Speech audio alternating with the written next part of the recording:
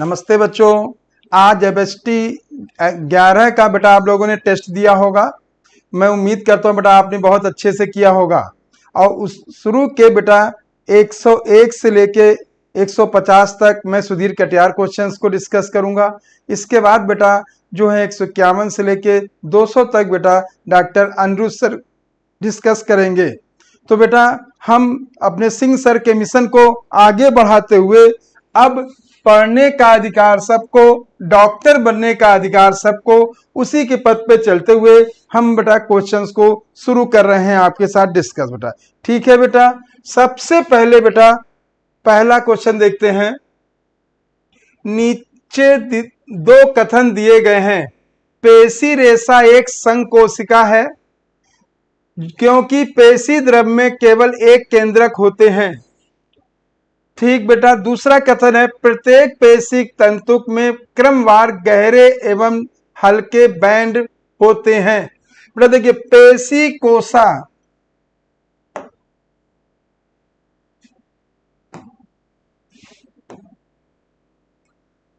पेशी जो है पेशी रेशा बेटा पेशी कोशा होती है जो कि एक संकोशिका। बेटा संकोशिका का मतलब होता है एक सेल के अंदर बेटा अगर हम कहें एक से अधिक केंद्रक जब पाए जाते हैं उसको हम संकोशिका कहते हैं। और उसको बेटा पेशी जो द्रव्य है जिसको बेटा हम लोग सार्कोप्लाज्म भी कहते हैं। ठीक, एक केंद्रक नहीं होता, कई केंद्रक होते हैं, कई केंद्रक होते हैं। तो बेटा पहला कथन हम लोग का बेटा गलत है। प्रत्येक पेशिक तंतुक में क्रमवार गहरे और हल्के, हाँ बेटा गहरे और हल्के जो है बैंड पाई जाती हैं जिनके कारण इनको बेटा हम स्ट्रेटेड या पट्टीदार कहते हैं। तो ये बात सही है। तो देखा जाए तो 101 का जो आंसर होगा बेटा वो तीसरा होगा। कथन एक गलत है लेकिन कथन दो सही है। बेटा आप जानते हो ये जो लक्षण है ये जो कंकाल पेशियों के लक्षण है और कंकाल पेशी जो है मुख्य रूप से चलन क्रिया के लिए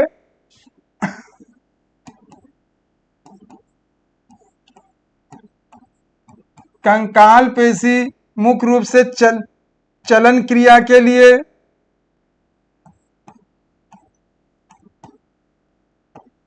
और इनके अलावा बेटा ये जो है शारीरिक क्रियाओं में भी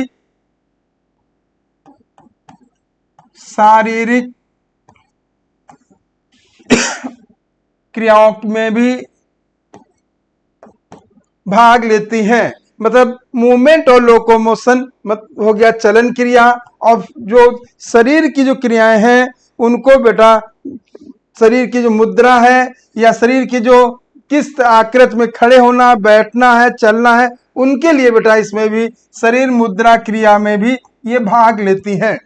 पहले का आंसर बेटा तीसरा होगा। किसी आवास में सीमित संसाधनों की वृद्धि कर रही समिष्टि आरंभ में पश्चता प्रावस्था दर्शाती है, इसके बाद त्वरण, फिर मंदन, अंततः अनंत स्पर्शी प्रावस्थाएं आती हैं जब समष्टि घनत्व पोषण क्षमता तक पहुंचती है। अगर हम पहले कथन की बात करते हैं बेटा तो ये बात सही है। दूसरा, असीमित संसाधन परिस्थितियों में चरघांती रूप से वृद्धि करने वाली कोई भी जात थोड़े समय में ही विशाल समस्त घनत्वों तक पहुंच जाती है। तो ये कथन भी सही है बेटा। और 102 का बेटा अगर हम देखते हैं बेटा तो आंसर जो है चौथा जाएगा। आपको मालूम है बेटा अगर हम यहाँ पे इसको ग्राफ के रूप में देखते हैं तो देखिएगा जो बेटा जो जब रिसोर्स जो है वो अनलिमिट है, असीमित है, तो ग्राफ तो जाएगा वो चरघांती जाएगा। इसको हम बेटा जो है लॉजस, जिसको हम बेटा जो चरघांती को एक्सपोनेंशियल कहते हैं बेटा। ठीक, और इसका जो फार्मूला जो दिया गया है dn/dt बराबर rn दिया गया है। ठीक है बच्चों। और अगर बेटा रिसोर्स जो है लिमिटेड है तो ग्राफ जो है बेटा ये जो जाएगा ये पहले ये और इसके बाद ये एस शेप्ड हो जाता है। ठीक है बच्चों, तो ये जो होगा इसे बेटा हम जो कहेंगे इसे लॉजिस्टिक कहते हैं, इसे हम लॉजिस्टिक कहते हैं, ग्राफ कहते हैं बेटा। और इसका जो फॉर्मूला जो होता है dn/dt होता है, rn होता है, और जो है k माइनस जो आगे होता है, जो इसमें ग्राफ जो लिया जाता है बच्चों वो k-n अपान k लिया जाता है इसमें जोड़ के बेटा। तो ये जो है लिमिटेड रिसोर्स के लिए है और ये जो होता है अनलिमिटेड। और जो ये एक स्ट्रेट लाइन आती है इसे बेटा हम लोग कहते हैं बेटा कैरिंग कैपेसिटी। जो कैरिंग कैपेसिटी है इसे पोषण क्षमता कहते हैं, इसे पोषण क्षमता कहा जाता है। इसे के सिंबल के द्वारा हम लोग प्रदर्शित करते हैं। ठीक है बच्चों, तो आंसर इसका चौथा जाएगा। चित्र है बेटा, यहां पे आप देख सकते हो बेटा। अगर यहां पे चित्र देख रहे हैं तो ये जो है चित्र जो लिया गया है ये पूर्वावस्था फर्स्ट का है, जिसे हम लोग बेटा प्रोफेस फर्स्ट भी कहते हैं। अगर बेटा यहाँ पे आंसर तीसरा होगा, अगर यहाँ पे मध्यावस्था लिया जाता तो ये मध्यावस्था में इस तरह से बेटा होता है, दो इसमें प्लेट बनती हैं और दो प्लेट में जो है इस जगह ये इस तरह से क्रोमोसोम आ जाते, एक क्रोमोसोम इस पे होता, एक क्रोमोसोम इस पे होता है।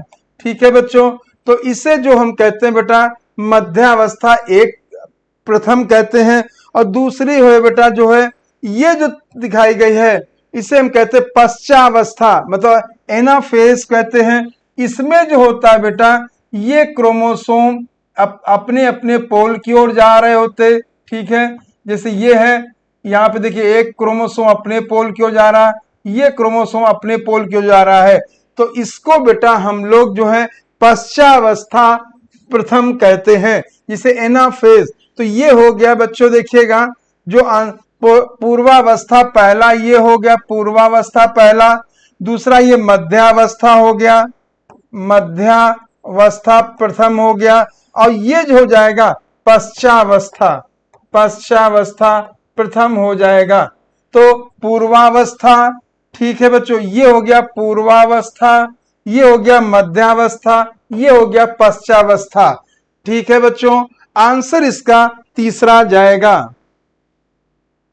बेटा ये देखिए अगला क्वेश्चन जो है ये बेटा मैचिंग का है, और यहां पे मैं देखना सही अनुरूपता का चयन करें। जब भी बेटा क्वेश्चन करें बेटा तो आप वहां सबसे पहले सही या गलत अनुरूपता को पहले बॉक्स में कर लें, जिससे कि आपको क्वेश्चन करने में कोई परेशानी ना हो। तुरंत बेटा देखिएगा, आप देखिए मादा शंकु जो है ये बेटा बनता है गुरु बीजाणुपर्ण। ठीक है, जिसे हम लोग मेगा स्पोरोफिल कहते हैं। ठीक, और जो नर शंकु है ये लघु बीजाणुपर्ण है, जिसे माइक्रो स्पोरोफिल कहते हैं। ठीक है बेटा, और जो प्रोथैलस जो होता है ये थैलॉइड गैमेटोफाइट है, और जो जेमी है बेटा ये अलैंगिक कली है या बड है। बच्चों आपको मालूम है, देखिएगा तो आंसर इसका बेटा तीसरा जाएगा। अगर हम बेटा जेमी की बात या अलैंगिक कली की बात करते हैं तो ये जो है बेटा लीवर वॉट्स में पाया जाता है, लीवर वॉट्स में पाया जाता है, और इसका एग्जाम्पल है मार्केंसिया, मार्केंसिया कहते हैं बच्चों। रिक्सिया भी एग्जाम्पल होता है, इसका उदाहरण है। मादा शंकु या गुरु बीजाणुपर्ण बेटा आपको मालूम है जो बनता है, ये जो हो जाएगा बेटा शंकु की बात आएगी। अगर मादा शंकु है तो केवल बेटा ये पाइनस में पाया जाएगा, अगर मैं जिम्नोस्पर्म की बात कर रहा हूं। ठीक, और नर शंकु जो है ये साइकस पाइनस दोनों में पाया जाएगा, साइकस और पाइनस दोनों में पाया जाएगा बेटा। ठीक, थैलॉइड गैमेटोफाइट जो है प्रोथैलस जो है ये बेटा फर्न में पाया जाता है, जिसमें मेल जो स्ट्रक्चर एंथ्रीडिया होता है, फीमेल जो है आर्चिगोनिया होता है। तो आंसर इसका बेटा तीसरा जाएगा।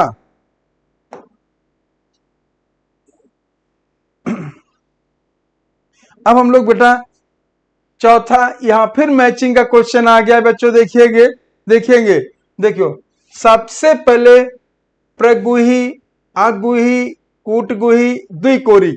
बेटा अगर हम देखें मतलब जो हो जाएगा, अगर इसकी बात करते हैं तो सीलोमेट हो जाएगा। ठीक, प्रगुही जो है यहाँ पे देखा जाए तो यहाँ पे मंकी में हो जाएगा, क्योंकि बेटा ये कॉर्डेट है, आपको मालूम है एनालिडा से लेके कॉर्डेट तक सब प्रगुही या सीलोमेट होते हैं। आगुही जो एसिलोमेट है ये बेटा प्लेटिहेल्मिन्थेस जो होता है, जिस फैसियोला पाया जाता है या टीनिया सोलियम पाया जाता है।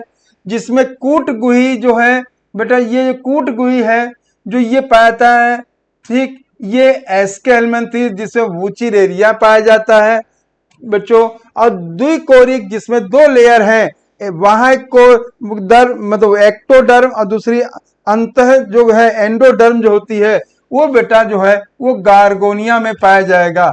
इस हिसाब से बेटा चौथा आंसर जाएगा मेरे बच्चों।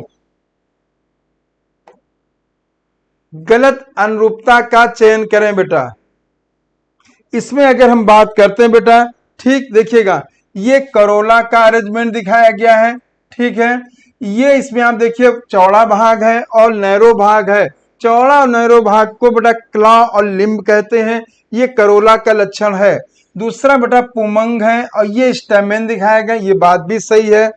तीसरे में आप देख रहे हो कि जिसमें बेटा आप अगर देखेंगे इसमें है जो इसमें दल और वाह्यदल को अगर आप देखो तो इनका अधिव्यापन जो है किसी विशेष दिशा में नहीं है, वो इधर भी हो रहा है बेटा और इधर भी हो रहा है। जिसमें जो दल या वाह्यदल का जो अतिव्यापन जो होता है वो किसी विशेष दिशा में नहीं होता है, उसको बेटा हम लोग कोर छादी कहते हैं, कोर छादी कहते हैं बेटा। ठीक बेटा, और जो कोर छादी है इसको इम्ब्रिकेट भी कहा जाता है। हिंदी कुछ बेटा जगह में कुछ अंग्रेजी शब्दों को जिसमें आपको समझ में आ जाए बच्चों। तो कोर छादी हो गया, तो ये चीज गलत है, ये व्यावर्तित नहीं होता है। और यहाँ पे आप देखोगे वह नजदीक है, टच कर रहे हैं, लेकिन वो एक दूसरे को अतिव्यापन नहीं कर रहे हैं, इसे हम कोर स्पर्शी कहते हैं। तो इस जगह पे बच्चों आंसर तीसरा जाएगा। अगर हम बेटा यहाँ पे अगर हम कोर छादी की बात करते हैं तो ये जो है वो इसके उदाहरण जो होते हैं, इसका उदाहरण जो है कैसिया और गुलमोहर होता है। कैसिया और गुलमोहर जो है ये उदाहरण हो जाएगा कोर छादी का।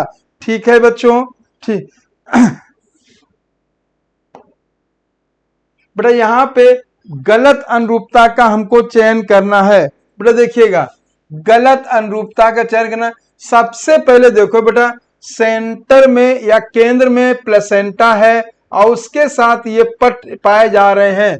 तो पहली बात समझ लो, केंद्र में प्लेसेंटा हो और उसके साथ अगर सेप्टा पाए या पट पाए जाते हैं तो उसको हमेशा स्तंभी बीजांडान्यास कहते हैं।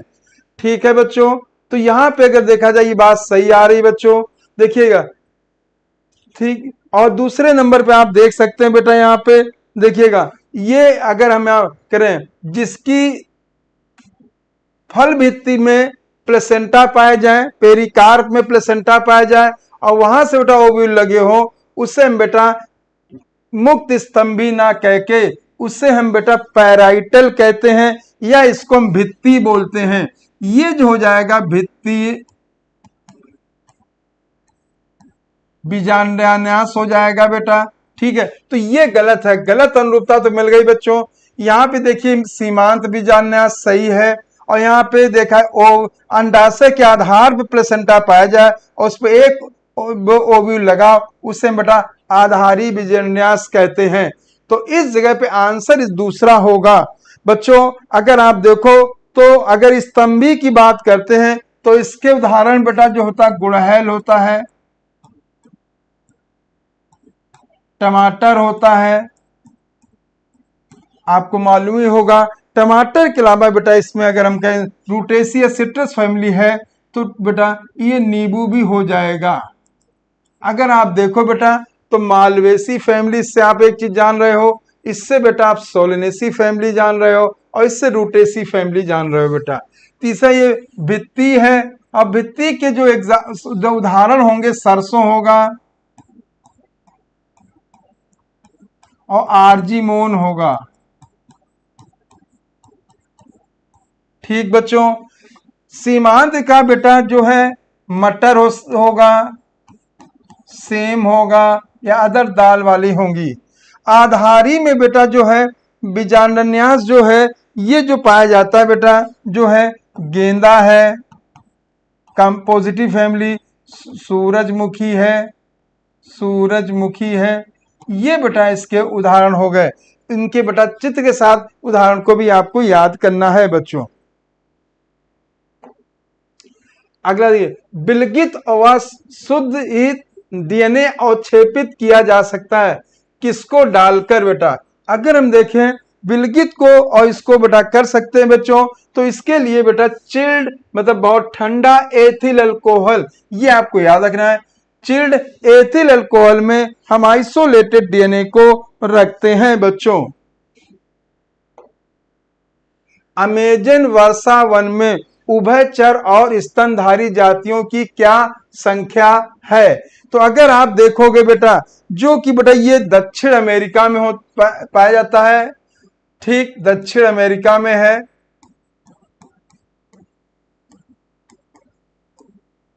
और सबसे ज्यादा जो है जैव विविधता इस पृथ्वी पे बेटा अमेजन वर्षा वन में पाई जाती है। यहाँ पे बेटा अगर हम देखते हैं उभयचर और स्तनधारी दोनों की अगर जातियों की बात की जाती है तो दोनों ही जो हैं बेटा 427 होती हैं। ठीक है बच्चों, ये याद कर लीजिएगा, ये याद करने वाला है बेटा। ठीक, उभयचर और स्तनधारी जो है 427 और 427 होंगी बेटा। अगर हम यहाँ पे 3000 की बात करते हैं तो आंसर इसका दूसरा होगा।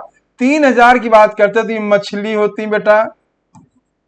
ठीक है, और जो 1300 की बात की गई है बेटा, जो 1300 जो होते हैं बेटा ये पंछी होते हैं, पंछी होते हैं बेटा।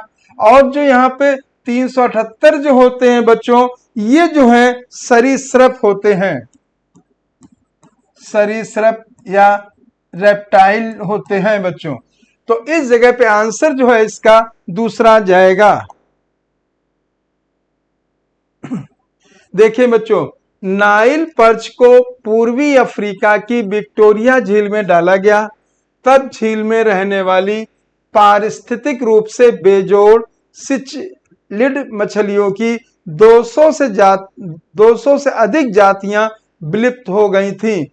तो बेटा देखिएगा, अगर हम बेटा पहला आंसर देखते हैं बच्चों, ठीक है, जिसे को एक्सटेंशन कहा जाता है बेटा। ठीक है, को एक्सटेंशन ऐसा होता है जहां पे सिम्बियोटिक होती है, सहजीविता होती है, और उसमें से कोई एक स्पीसीज अगर खत्म होती है तो दूसरी स्पीसीज भी खत्म हो जाती है। ठीक है, जैसे पॉलिनेशन करने वाले, तो ये तो नहीं होगा बेटा।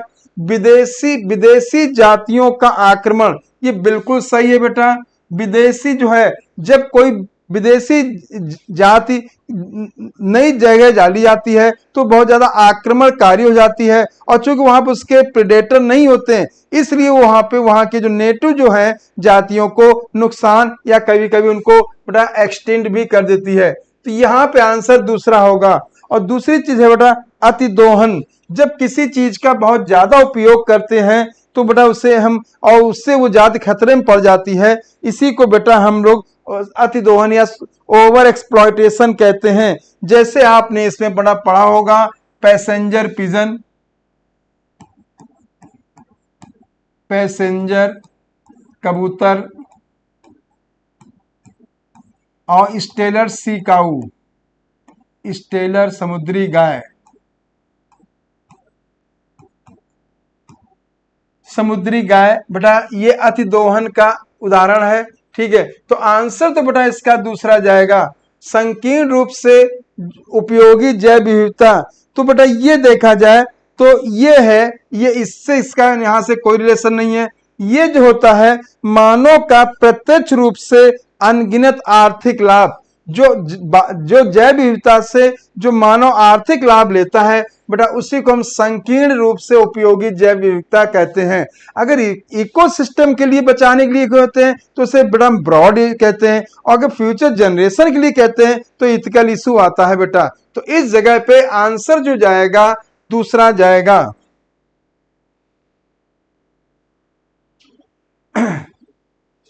सजावटी और विशेष रूप से पुष्पी पादपों की खेती और प्रबंधन को कहा जाता है।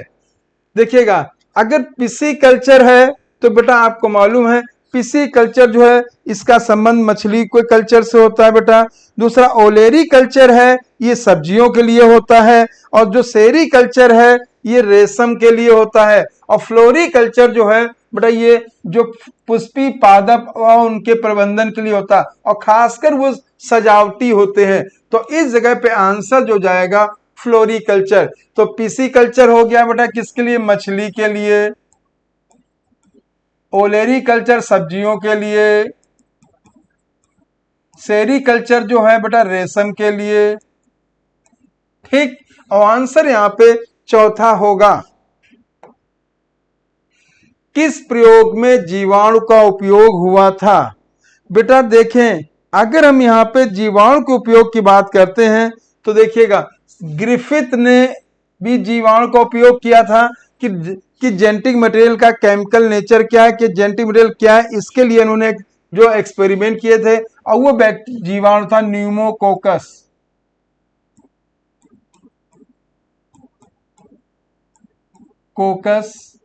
ठीक। हार्से और चेस ने, और बेटा हार्से और चेस ने जो बैक्टीरिया जीवाणु का यूज किया था वो बेटा ई कोलाई था।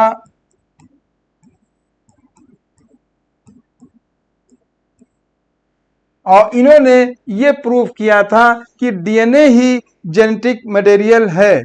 तीसरा मेसेल्सन और स्टाल, बेटा इन्होंने भी बेटा ई कोलाई का उपयोग किया था, ई कोलाई का उपयोग किया था। तो इन्होंने ये बताया था कि जो डीएनए जो है वो सेमी कंजर्वेटिव होता है, तो इसके लिए बेटा इन्होंने ई कोलाई बैक्टीरिया का यूज किया था। तो यहाँ पे बेटा जो जाएगा सभी लोगों ने बैक्टीरिया यूज किया। ग्रिफिथ ने न्यूमोकोकस, हार्से ने ई कोलाई, मेसेल्सन ने भी ई कोलाई, जिसके लिए किया वो भी हमने आपसे बात की है। सही अनुमान को बेटा मिलाना यहाँ पे बच्चों देखिएगा।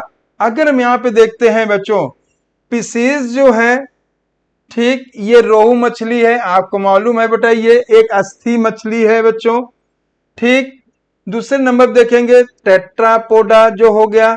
अगर हम बात करते हैं तो कंगारू टेट्रापोडा एक मैमल है आएगा। एग्नेथा जो है, जिसे हैग फिश है, जिसमें जबड़े नहीं पाए जाते हैं, हैग फिश है, ठीक। प्रोटोकॉर्डेट में आपको जो हो जाएगा यहाँ पे साल्पा हो जाएगा, ठीक। साल्पा हो सकता है, एसिडिया हो सकता है, डोलियोलम हो सकता है। सैड याद रखेंगे बच्चों। तो यहाँ पे बेटा जो आंसर जो आएगा यहाँ पे दूसरा आंसर जाएगा। सही अनुरूपता का चयन करें।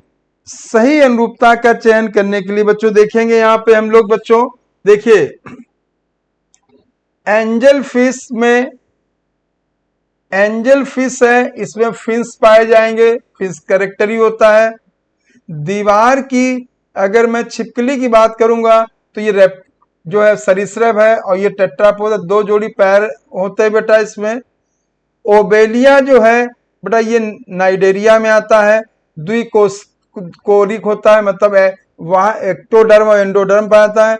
और इसके बाद बेटा अगर हम बात करें डेंटेलियम जो है ये मोलस्का है, इसमें किसी गुहा पाई जाती है। तो इस जगह पे आंसर जो है बेटा यहाँ पे जो जाएगा वो तीसरा आंसर जाएगा मेरे बच्चों। 115 क्वेश्चन बेटा देखिए, ठीक है। देखिए बेटा सबसे पहले अगर हम देखते हैं यहाँ पे अगर तना है तो उसमें पर्व और पर्व संधि होंगी। ठीक है बच्चों, तना के यही मुख्य लक्षण होता है। जो बेटा पर्व संधि है उसी से बेटा उससे ब्रांच शाखाएं फूल पुष्प निकलते हैं। देखिएगा सही अनुरूपता का चयन करना है बेटा, यहाँ पे देखिएगा तो ये पहला जो है वो सही है। झकड़ा मूल तंत्र अगर हम बात करते हैं बेटा, ठीक, तो ये बात भी सही है कि इसमें झकड़ा मूल तंत्र गेहूं में होता है। मूसला जड़ तंत्र जो है सरसों में पाया जाता है। और कीट भक्षी पौधा जो है वीनस फ्लाई ट्रैप होता है।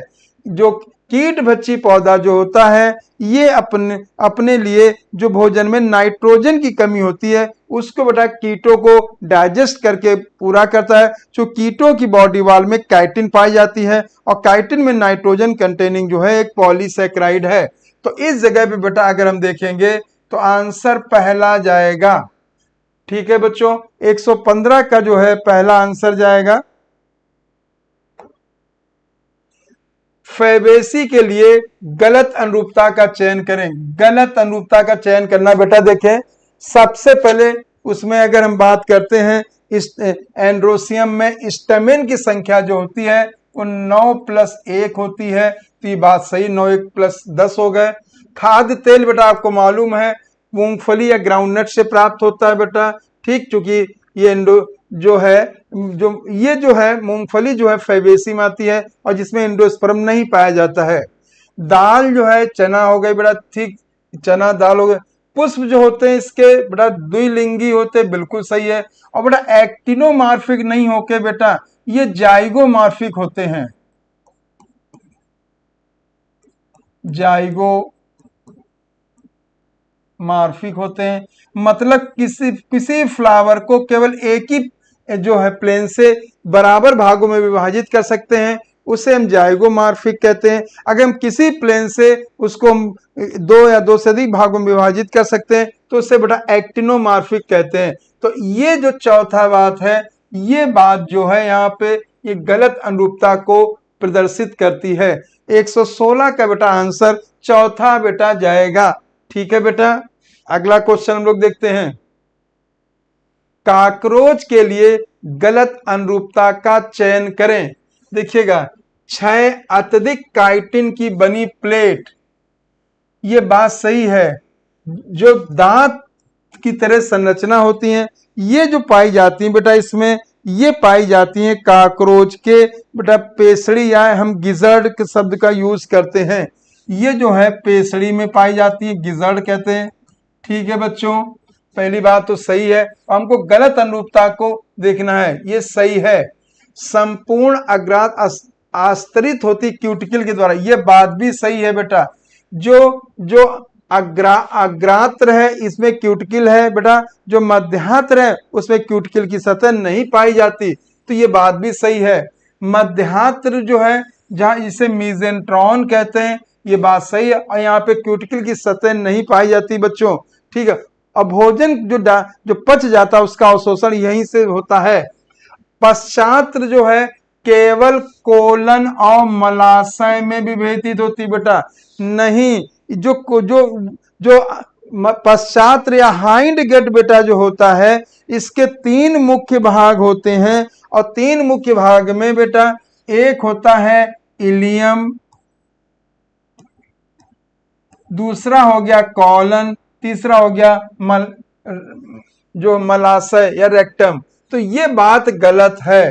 तो अगर हम देखें 117 का आंसर चौथा होगा। छद्मावरण क्या है? देखिए बेटा जब बहुत ज्यादा तापमान है, चूंकि आपको मालूम है बेटा जो मेंढक जो होता है ये इसका शरीर का तापमान बाहर के तापमान के द्वारा ही नियंत्रित होता है, इसे हम एक्टोथर्मल भी कहते हैं। ठीक है, और ये जो है कोल्ड ब्लडेड भी होता है। ठीक, तो इसमें बेटा इसके लिए जब बहुत गर्मी होती है तो ग्रीष्म निद्रा पाई जाती, बहुत सर्दी होती है शीत निद्रा पाई जाती है, असमतापी ये होता ही है बेटा। ठीक है, तो अपने शत्रुओं से छिपने के लिए ये रंग परिवर्तन की क्षमता होती है। तो शत्रुओं से अगर बचने के लिए जो बेटा रंग में परिवर्तन करते हैं बेटा, इसी को हम बेटा छद्मावरण कहते हैं। इसे बेटा कैमोफ्लेज भी कहते हैं। और जो जो ये रक्षात्मक रंग परिवर्तन की जो प्रक्रिया है, ठीक है, इसी को हम मिमिक्री कहते हैं। रक्षात्मक प्रक्रिया को रक्षात्मक प्रक्रिया को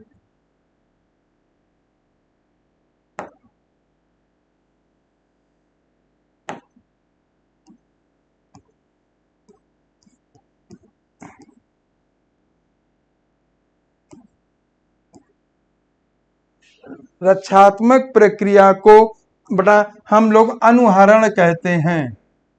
अनुहरण, इसी को मिमिक्री भी कहते हैं बेटा, मिमिक्री या अनुहरण कहते हैं। तो देखिए, शत्रु छिपने के लिए जो रंग परिवर्तन है उसे छद्मावरण कहते हैं, और इस प्रक्रिया को बेटा हम लोग जो है बेटा मिमिक्री या अनुहरण कहते हैं। तो इस जगह पे आंसर जो जाएगा वो आपका तीसरा जाएगा, आंसर जो है वो थर्ड होगा। नर काकरोच के लिए सही विकल्प का चयन करें बेटा। अगर हम यहाँ पे नर काकरोच की बात करते हैं बेटा, तो शुक्रग्राहिका जो है बेटा ये नर का, ये मादा काकरोच में होती है।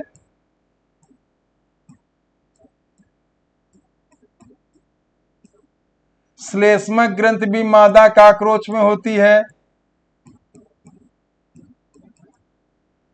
फैलोमियर नर काकरोच में होता है।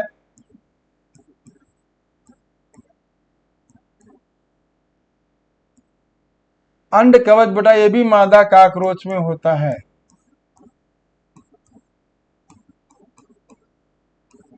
तो इस जगह बेटा आंसर 119 का तीसरा जाएगा। फैलोमियर जो होता है बच्चों, ये नर काकरोच का लक्षण होता है। कोलेजन तंतु अनुपस्थित होता है। बेटा देखिए, अगर हम कहें कोई भी फाइबर जो होता है बेटा वो फ्लूइड कनेक्टिव टिश्यू ब्लड में अनुपस्थित होता है, तो ठीक है, तो जो आरबीसी है या डब्ल्यूबीसी है, प्लेटलेट, ये सभी मिलके बेटा रक्त बनाते हैं, रक्त बनाते हैं। और रक्त में कोलेजन तंतु या कोई भी फाइबर अनुपस्थित होता है, तो इस जगह बेटा आंसर चौथा जाएगा। आरबीसी का काम बेटा होता है बेटा गैसों का ट्रांसपोर्ट, ठीक है, जैसे 90 से 97% जो है ये ऑक्सीजन का ट्रांसपोर्ट करती है, और 20 से 25% ये जो है बेटा कार्बन डाइऑक्साइड का ट्रांसपोर्ट करती है, ठीक है। और डब्ल्यूबीसी का काम जो होता है ये एलर्जिक में होता है और रक्षात्मक प्रणाली में होता है। और प्लेटलेट्स का काम जो होता है जो ब्लड का कोआगुलेशन या थक्का बनने में होता है बच्चों। तो ये अलग अलग इनके काम हैं। तो बेटा इस जगह आंसर चौथा जाएगा। किस प्रकार का ऊतक विसरण सीमा का कार्य करता है? सबसे पहले अगर हम बेटा यहाँ पे देखते हैं, ठीक, जो घनाकार होते हैं ये बेटा नेफ्रॉन में पाए जाते हैं, नेफ्रॉन में पाए जाते हैं बेटा।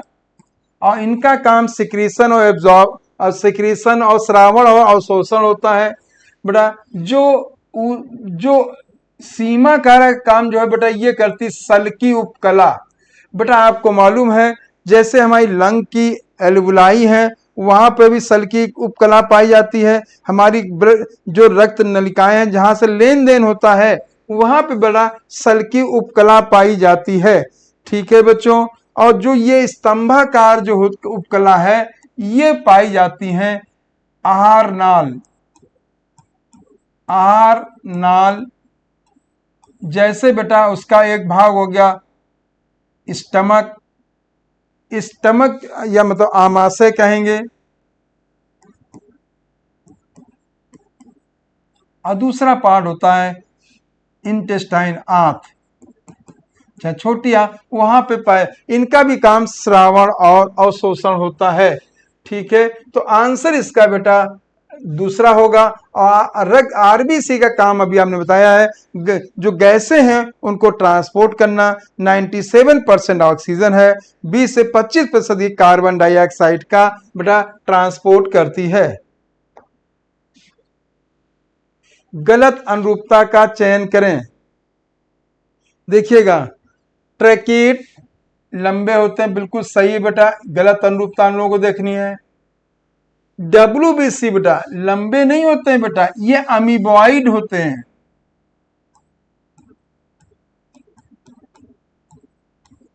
ठीक है। पर मध्योतक कोशिकाएं बच्चों आपको मालूम है ये पत्तियों में पाई जाती हैं, तो गलत अनुरूपता में आंसर बेटा यहाँ पे दूसरा हो जाएगा। ठीक है। पर मध्योतक कोशिकाएं गोल और अंडाकार होती हैं बेटा, ये पत्तियों में पाई जाती हैं और इनका काम मुख्य रूप से जो है प्रकाश संश्लेषण होता है।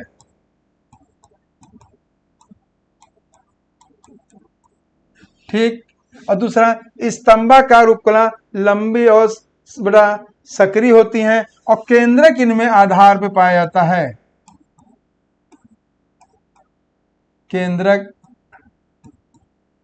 आधार भाग पर पाया जाता है। ठीक है बच्चों, तो 122 का जो आंसर होगा वो दूसरा आंसर होगा। पौधों में बहुत से आयन व दूसरे पदार्थ सांद्रता का प्रवणता के विपरीत बेटा देखिए से होकर रसधानी में अभिगमित होते हैं। बेटा इस कारण से इनकी सांद्रता रसधानी में कोशिका द्रव्य की अपेक्षा काफी अधिक होती है। दिए वाक्य में रिक्त स्थान भरें बेटा। तो आप यहाँ पे देखिएगा, देखो एमाइलोप्लास्ट जो है ये स्टार्च का संग्रह करती है, स्टार्च संग्रह। टोनोप्लास्ट, इस जगह बेटा आंसर होगा टोनोप्लास्ट, टोनोप्लास्ट होगा। ठीक। एलिरोप्लास्ट जो है ये प्रोटीन संग्रह करती है बेटा। और इलायोप्लास्ट है ये वसा संग्रह करती या तेल, वसा या तेल संग्रह करती। तो इस जगह पे आंसर जो जाएगा बेटा ये दूसरा आंसर जाएगा। 123 का आंसर जो है वो आंसर दूसरा होगा। थाइमस ग्रंथि के लिए गलत कथन का चयन करें बेटा। यहाँ पे थाइमस ग्रंथि का क्या कथन गलत है ये देखना है हम लोगों को। यह प्रतिरक्षा तंत्र के विकास में महत्वपूर्ण निभाता है बेटा, बिल्कुल सही है। महत्वपूर्ण भूमिका निभाता इसलिए है क्योंकि ये जो है बी लिम्फोसाइट और टी लिम्फोसाइट के मैचुरेशन को बेटा प्रेरित करता है। ठीक है बात। यह ग्रंथ थाइमोसिन हार्मोन सही है, स्टेरॉइड हार्मोन नहीं होता है बेटा, ये पेप्टाइड हार्मोन या होता है, ये पेप्टाइड हार्मोन होता है। ठीक। तो ये जो है गलत कथन तो मिल गया हम लोग, गलत कथन है। बढ़ती उम्र के साथ थाइमस का अपघटन होने लगता है। हाँ बेटा, जैसे जैसे एज बढ़ती चली जाती थाइमस जो धीरे धीरे रिड्यूस होती जाती है और लगभग 70 ईयर्स 70 साल की उम्र में ये लगभग माइक्रोस्कोपिक हो जाती है। ठीक है। यह महाधमनी की उदर पक्ष बहुत ठीक है, उरोज के पीछे फेफड़ों के बीच में लोभ युक्त या पाली युक्त होती, ये बात भी सही है।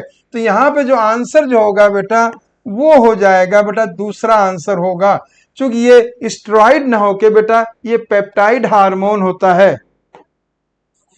गलत अनुरूपता का चयन करें। ठीक है बेटा, अगर हम गलत अनुरूपता की बात करते हैं तो देखिएगा इसमें बेटा थायरॉक्सिन हार्मोन थायराइड ग्रंथ से स्रावित होता है बेटा, ये बात बिल्कुल सही है। आपको मालूम है थायरॉक्सिन हार्मोन जो है हम लोगों का बेसल मेटाबॉलिक रेट को नियंत्रित करता है और थायराइड ग्लैंड होता है। दूसरा पीटीएच पैराथायरॉइड हार्मोन जो है बेटा ये पिट्यूटरी ग्लैंड दिया गया है, जबकि पिट्यूटरी ग्लैंड ना होके ये बेटा पैराथायरॉइड ग्लैंड से होता है, पैराथायरॉइड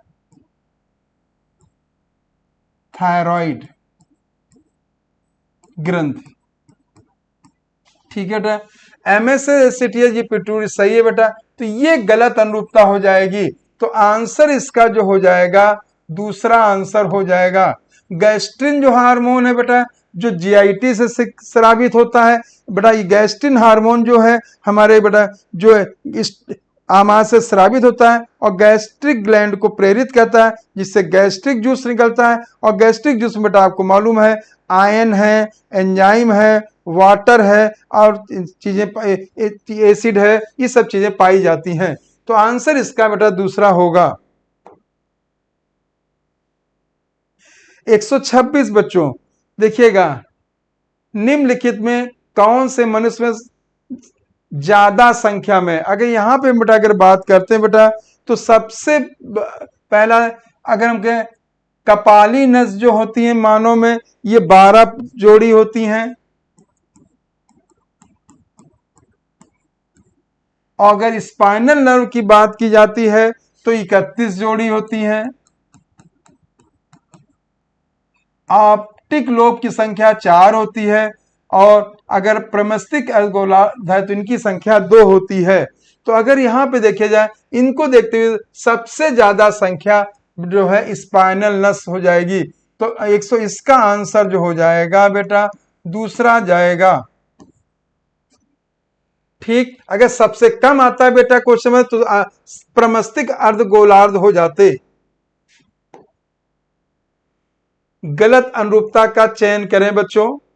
अगर हम यहाँ पे गलत अनुरूपता की बात करना चाह रहे हैं बच्चों, देखिएगा, देखिए एकल परिसंचरण जो है तंत्र जो है बेटा ये मछली है जिनमें 2 चैम्बर हार्ट होता है। दो चैम्बर हार्ट हृदय हो जाएगा, उनमें हो जाएगा बेटा एकल। अब पूर्ण दोहरा पर केवल उभयचर नहीं बेटा, इनके अलावा बेटा सरीसृप भी होगा, सरीसृप भी होगा बेटा। ठीक, तो गलत अनुरूपता का करना बेटा, तो इस जगह पे बच्चों ये दूसरा आंसर होगा। आंसर इसका बेटा दूसरा होगा। ठीक है, अब पूर्ण दोहरा बेटा जो होगा पक्षी भी होगा और बेटा स्तनधारी भी होगा, जिनमें बेटा 4 चैम्बर का होता है। 2 चैम्बर में एकल परिसंचरण है, 3 चैम्बर वालों में अपूर्ण दोहरा परिसंचरण है, 4 चैम्बर वालों में पूर्ण दोहरा परिसंचरण तंत्र पाया जाता है। तो आंसर इसका बेटा दूसरा होगा। अगला देखते बेटा, गलत अनुरूपता का चयन करें बेटा। अगर हम यहाँ पे बच्चों देखते हैं गलत अनुरूपता बेटा यहाँ पे देख रहे हैं बच्चों, ठीक है, तो देखिए कार्बन जो दिया गया है बच्चों पॉइंट, भूपटरी में परसेंटेज जो दिखाया गया है 0.03% है और मनुष्य के भार में इसको जो दिखाया गया है वो 3% दिखाया गया है बेटा। 3 नहीं होता है बेटा, ये लगभग 18.5% होता है। ठीक है, तो अगर गलत है तो आंसर पहला होगा। ऑक्सीजन जो है भूपटरी में बेटा जो होती है 46.6 है, मनुष्य शरीर में 65 है, ये सही है बेटा। तो इस जगह आंसर तो बेटा पहला हो जाएगा। कैल्शियम 3.6 भूपटरी में है, मनुष्य के शरीर में 1.5 है। सिलिकॉन जो है भूपटरी में जो है 27.7 है और मनुष्य शरीर में लगभग नगण्य होता है, नेग्लिजिबल होता है। तो आंसर 128 का पहला जाएगा। 129 बेटा, गलत अनुरूपता का चयन करें बेटा। अगर हम यहाँ पे बेटा देखते हैं तो जो ग्लाइसिन है बेटा उसमें 2 कार्बन होते हैं, राइबोज में 5 कार्बन होते हैं, कोलेस्ट्रॉल में 15 से अधिक होते हैं। तो इस जगह बेटा यूरेसिल आ रहा है बच्चों। यूरेसिल जो है बेटा नाइट्रोजनस बेस होता है जो कि आरएनए में पाया जाता है। आंसर इसका बेटा तीसरा जाएगा। गलत अनुरूपता का चयन करें। अगर बेटा यहाँ गलत अनुरूपता की बात करते हैं बेटा, ठीक है, तो डिहाइड्रोजिनेज जो है 2 क्रियाधर के बीच ऑक्सी अपचयन को प्रेरित करता है, बिल्कुल सही बात है बेटा। ठीक है, लाइगेज जो है दो अणुओं को जोड़ने का काम करता है। यहाँ पे एंजाइम ईस्टर इथल पेप्टाइड ग्लाइकोसिडिक बंध को जल अपघटन, तो ये बेटा जो होंगे जल अपघटन लाइगेजेस नहीं करता बेटा, ये करता हाइड्रोलेजेस, हाइड्रोलेजेस करता है बेटा। ठीक है, तो ये जो होगा आंसर इसका बेटा दूसरा हो जाएगा। हाइड्रोलिसिस प्रक्रिया को बढ़ाता है, वो हाइड्रोलिसिस। आइसोमरेज जो है एंजाइम प्रकाशीय ज्यामिति व स्थिति समयों के अंतर रूपांतरों को प्रेरित करता है, आइसोमर बनाएंगे, बिल्कुल सही है। जो सहकारक हीम होता है बेटा, ठीक है, हीम जो है एक कोफैक्टर की तरह काम करता है, और ये कोफैक्टर की तरह बेटा काम करेगा जो एंजाइम होता है कैटेलेज और परऑक्सीडेज, उनमें बेटा ये काम करता है बेटा कोफैक्टर की तरह, ठीक है बच्चों। तो इस जगह पे अगर आप देखेंगे तो आंसर दूसरा होगा। जिस सम्मिश्रण का निर्माण एक जोड़ी सूत्र युग्मित संजात क्रोमोसोम से होता है उसे कहते हैं बेटा, अगर उसे हम दिए वाक्य में रिक्त स्थान को पूर्ण करें, तो इस जगह पे बेटा अगर आप देखोगे तो जो संजात क्रोमोसोम द्वारा सूत्र युग्मित जो जोड़ी बनाते हैं उसको बेटा टेट्राड या चतुष्क या सिनेप्स कहते हैं। तो ये पहला आंसर जाएगा। काजमेटा वो चीज होती जहां पे क्रॉसिंग ओवर हो चुका होता है, उसे काजमेटा कहते हैं बेटा। और ये जो है पैकेटीन जो है, ये पैकेटीन में जब बेटा क्रॉसिंग ओवर हो जाता, उसके बाद जो डिप्लोटीन में जो क्रॉस बने रहते हैं बेटा, जहां पे क्रॉसिंग ओवर हो चुका, उसी क्रॉस जहां पे बचा रहता है उसी को बेटा हम कैजमेटा कहते हैं बेटा। जो कई केंद्रक पाएगा उसे संकोशिका कहते हैं। और जहां पे बेटा कोशिका पट्टी जो है ये जो साइटोप्लाज्म के डिवीजन में हेल्प करती है, या साइटोकाइनेज, तो कोशिका पट्टी हो जाएगा। तो आंसर इसका बेटा पहला जाएगा।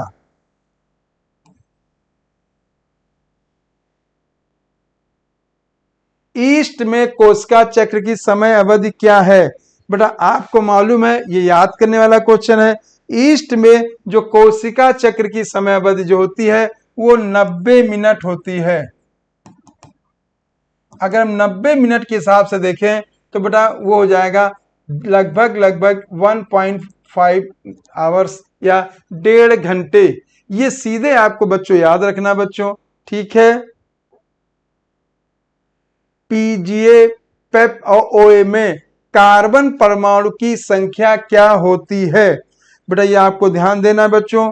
देखेंगे अगर हम यहाँ पे बात करते हैं, पीजीए में 3 कार्बन होते हैं, ठीक, 3 कार्बन हो गया। पेप में भी 3 कार्बन होते हैं बेटा, ओए में 4 कार्बन होते हैं। तो 3 3 4, आंसर बेटा दूसरा जाएगा। 133 का जो आंसर होगा दूसरा जाएगा बेटा, ठीक। जो पीजीए है बेटा 3 कार्बन वाले, ये C3 प्लांट हो गए बच्चों, ठीक। और जो पेप है, ठीक,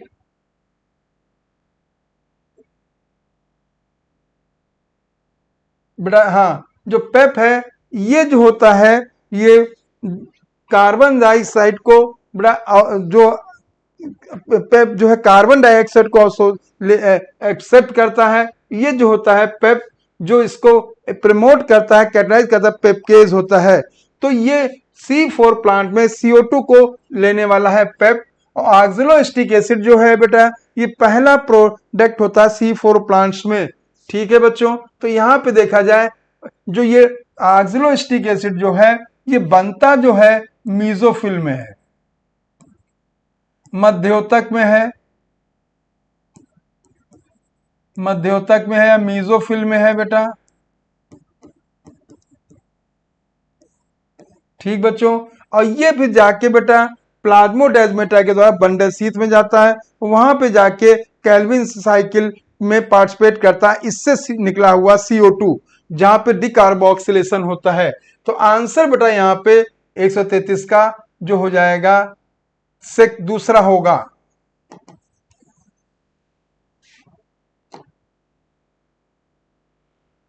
निम्नलिखित में एक प्रकार का एंजाइम नहीं है। अगर हम बेटा यहां पे बात करते हैं, रुबिस्को सबसे ज्यादा पाई जाने वाली प्रोटीन या एंजाइम है, जो कि बेटा ये क्लोरोप्लास्ट में पाया जाता है, और ये C3 प्लांट में भी होता है और C4 प्लांट में भी होता है। ठीक, रूबिस्को देखिएगा C3 प्लांट में रूबिस्को जो होगा ये एंजाइम है, ठीक है। पेपकेज भी एंजाइम है, पेप कार्बोक्सिलेज इसी को कहते हैं, भी एंजाइम है। RUBP एंजाइम नहीं है, ये CO2 का ग्राही है, CO2 का ग्राही है, ये कार्बन डाइऑक्साइड का ग्राही। तो आंसर इसका 134 का 4 हो जाएगा, 134 का आंसर 4 होगा। बच्चों अब देखिए एंजाइम रूबिस्को जो है C3 प्लांट में जो है ये मीजोफिल में होगा,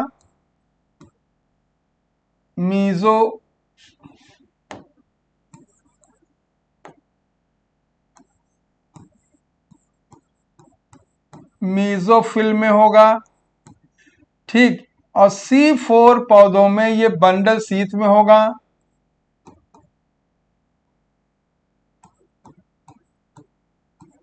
ठीक बच्चों। पेपकेज जो है बेटा C4 प्लांट में मीजोफिल में होगा, मीजोफिल में पाया जाएगा। पेपकेज और पेप कार्बोक्सिलेज इसी को कहते हैं, ठीक है बेटा, ठीक। तो आंसर इसका चौथा जाएगा। गलत अनुरूपता का चयन करें बेटा, यहां पे देखिए अच्छा क्वेश्चन है 135 का, ठीक है। देखिएगा सबसे पहले अगर हम देखते हैं बच्चों राइबोस, ठीक है, यहां राइबोस नहीं होगा बेटा, यहां पे राइबोसोम होगा बेटा,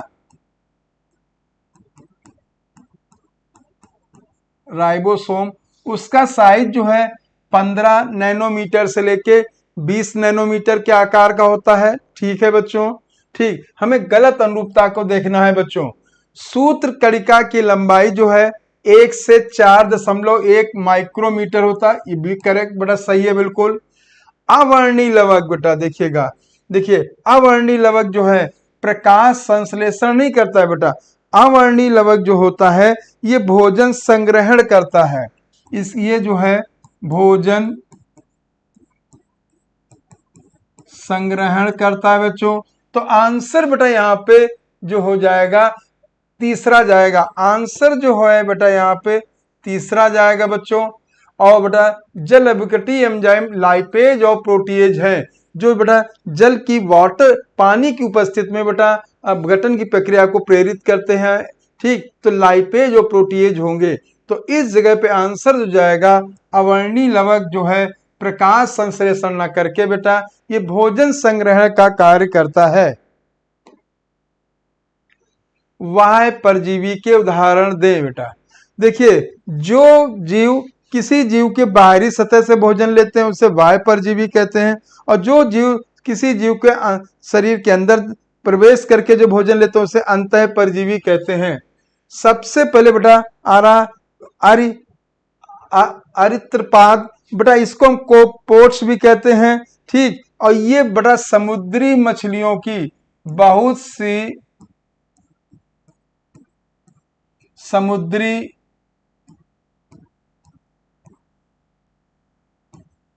मछलियों के ऊपर बेटा चिपक के भोजन लेता है। दूसरा बेटा अमरबेल जो है ये वाह्य परजीवी होती है बेटा, जो अमरबेल जो है बेटा ये जो है ज्यादातर जो पौधे होते हैं बेटा उनके बाहर की ओर ऊपर से भोजन लेती है। जू जो है ये देखा होगा मैमस या ह्यूमन के स्किन या मैमस या मतलब स्तनधारी या ह्यूमन के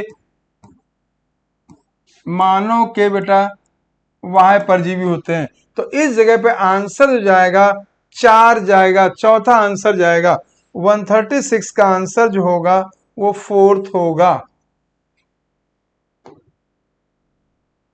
विद्युत क्षेत्र में डीएनए चलता है।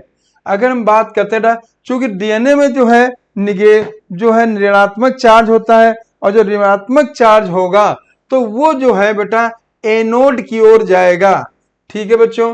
तो डीएनए जो है एनोड की ओर चलता है बच्चों, ध्यान रखिए।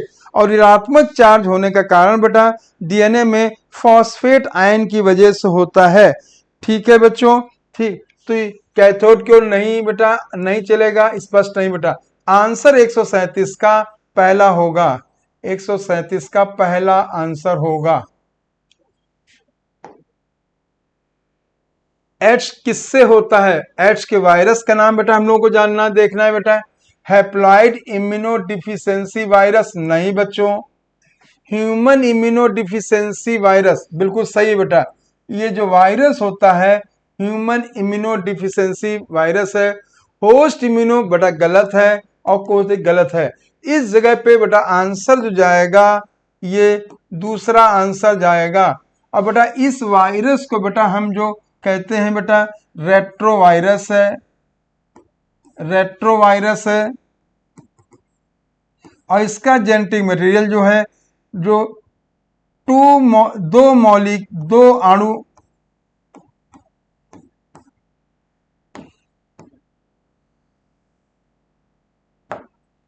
दो अणु आरएनए के होते हैं।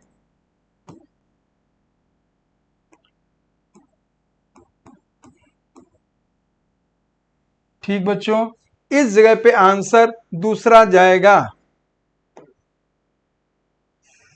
139 बच्चों हम लोग देखते हैं बेटा क्या है क्वेश्चन। यहाँ पे देखेंगे कोशिका भित्ति एवं मध्य पटलिका में प्लाज्मोडेमाटा आड़े तिरछे रूप में स्थित रहते हैं और जो आसपास की कोशिका द्रव्य को जोड़ते हैं।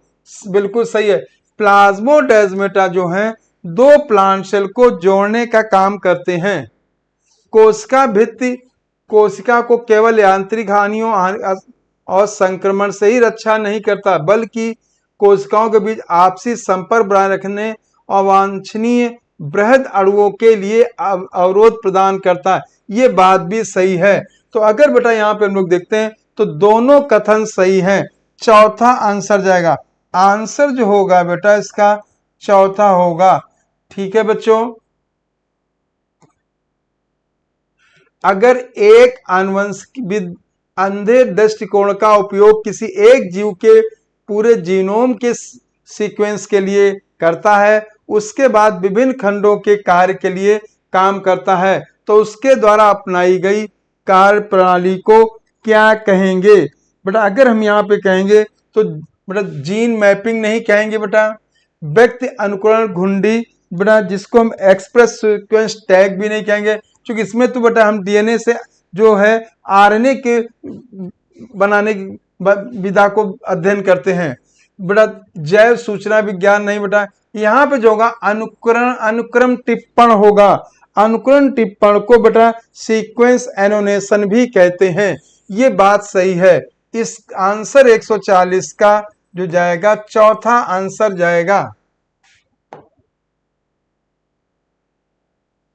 एक ई कोलाई स्ट्रेन में आई जीन उत्परिवर्तित हो जाए और इनका उत्पाद उत्प्रेरक अणु से ना बन सके, अगर वृद्धि माध्यम में लैक्टोज दिया जाए तो इसके क्या परिणाम होंगे? बेटा आपको मालूम है बेटा, अगर वो यहाँ पे हम यहाँ पे एक बात देखेंगे कि अगर देखिएगा कि ZY जीन एलोरेखित होगा, नहीं होगा, क्योंकि बेटा जो है वो जो वहां पे रेप्रेसर जो प्रोटीन है वो ऑपरेटर को जब बाइंड कर लेगी तो ट्रांसक्रिप्शन नहीं होगा। ये याद रखिएगा, जो स्ट्रक्चरल इनके जो जीन है वो ट्रांसलेशित नहीं होंगे, ना ट्रांसक्रिप्शन करेंगे ना ट्रांसलेशन होगा। आरएनए पॉलीमरेज प्रोमोटर क्षेत्र से जुड़ेगा, नहीं बेटा। ठीक है, और केवल जेड जीन, ये भी बात गलत है। इस जगह पे जो होगा आंसर 141 का दूसरा होगा। मतलब बच्चों याद रखें, दमनकारी प्रोटीन जो है वो प्रचालक से जुड़ जाएगी। याद रखिएगा इस घटनाक्रम में क्या होगा जो बताया गया है, दमनकारी जो प्रोटीन है, दमनकारी प्रोटीन जो है जिसे रेप्रेसर प्रोटीन कहते हैं, ये जो है प्रचालक जिसे ऑपरेटर कहते हैं, प्रचालक से जुड़ जाएगा। और जब उससे वो जुड़ जाएगा बच्चों तो वहां पे बेटा जो है वो प्रमोटर से जो है आरएनए पॉलीमरेज नहीं जुड़ पाएगा, और उसके बाद जो है स्ट्रक्चरल जीन जो ZYA है ये ना पहले ट्रांसक्रिप्शन कर पाएंगे ना ट्रांसलेशन कर पाएंगे। ठीक है, तो आंसर बेटा यहाँ पे जो होगा वो आंसर दूसरा आंसर जाएगा। निम्नलिखित दो कथन दिए गए हैं, एक अभिकथन ए से दूसरा आर से दिया गया है। सभी माइक्रोब हानिकारक नहीं होते हैं, ये बिल्कुल सही है बेटा। कुछ माइक्रोब हानिकारक होते हैं और कुछ माइक्रोब जो होते हैं वो जो है वो हानिकारक ना होकर बेनिफिशियल होते हैं। ठीक है, ये बात सही है। माइक्रोब जंतुओं, पादपों और मनुष्य में रोगों को उत्पन्न करते हैं, लेकिन बहुत सारे माइक्रोब कई प्रकार से मनुष्य के लिए लाभदायक है, ये बात भी सही है। जैसे मान लीजिए बेटा लैक्टोबैसिलस है, दही बनाने का काम करता है बेटा। ठीक है, कई ऐसे हैं जो अल्कोहल बनाने का काम करते हैं। ठीक है, तो कई ऐसे हैं जिनसे एंटीबायोटिक्स निकाली जाती है। तो बेटा यहाँ पे देखा जाए तो अभिकथन का बेटा कारण भी सही है। तो 142 का जो आंसर होगा वो चौथा होगा, आंसर 4। मूल रूप से प्रत्येक धमनी और सिरा मिलकर बनी होती है। अगर हम बेटा यहाँ पे देखें तो प्रत्येक धमनी और सिरा की जब बात करते हैं बेटा तो इसमें 3 परत पाई जाती हैं। ठीक है, 3 परत में अगर हम बात करते हैं, सबसे बाहर की ओर होता है ट्यून, जो सबसे अंदर की परत है बेटा वो ट्यूनिका इंटीमा होती है जो सल्की एपिथेलियम की बनी होती है। दूसरी ट्यूनिका मीडिया है जो चिकनी पेशियों की बनी होती है। और बेटा ट्यूनिका एक्सटर्ना जो होती है बेटा ये कोलेजन और फाइब्रस कनेक्टिव टिश्यू की बनी होती है। ठीक, तो इस जगह पे बेटा अगर हम देखते हैं तो आंसर जो है तीसरा जाएगा। 144 क्वेश्चन बेटा हम देख रहे हैं बेटा, यहाँ पे देखते हैं कि देखिए छिद्रयुक्त सेलोफेन झिल्ली से अपोहनी द्रव्य में अणुओं का आवागमन सांद्र प्रवणता के अनुसार होता है। ठीक है बच्चों, ये बात सही बिल्कुल ठीक। देखिएगा हीमोडायलिसिस के प्रक्रम में रोगी की धमनी से रक्त निकालकर अपोहनकारी इकाई में भेजा जाता है जिसे कृत्रिम वृक्क कहते हैं। ठीक है बेटा, जब ब्लड में बेटा ध्यान देना बेटा यूरिया की मात्रा बढ़ जाती है उस समय बेटा इस प्रक्रिया को हम अपनाते हैं और इसे बेटा जो है जो आर्टिफिशियल किडनी के नाम से भी जानते हैं। तो यहाँ पे देखा जाए दोनों कथन सही हैं, कथन पहला भी सही है और कथन दूसरा भी सही है। तो इसका जो आंसर जाएगा वो चौथा बेटा जाता है।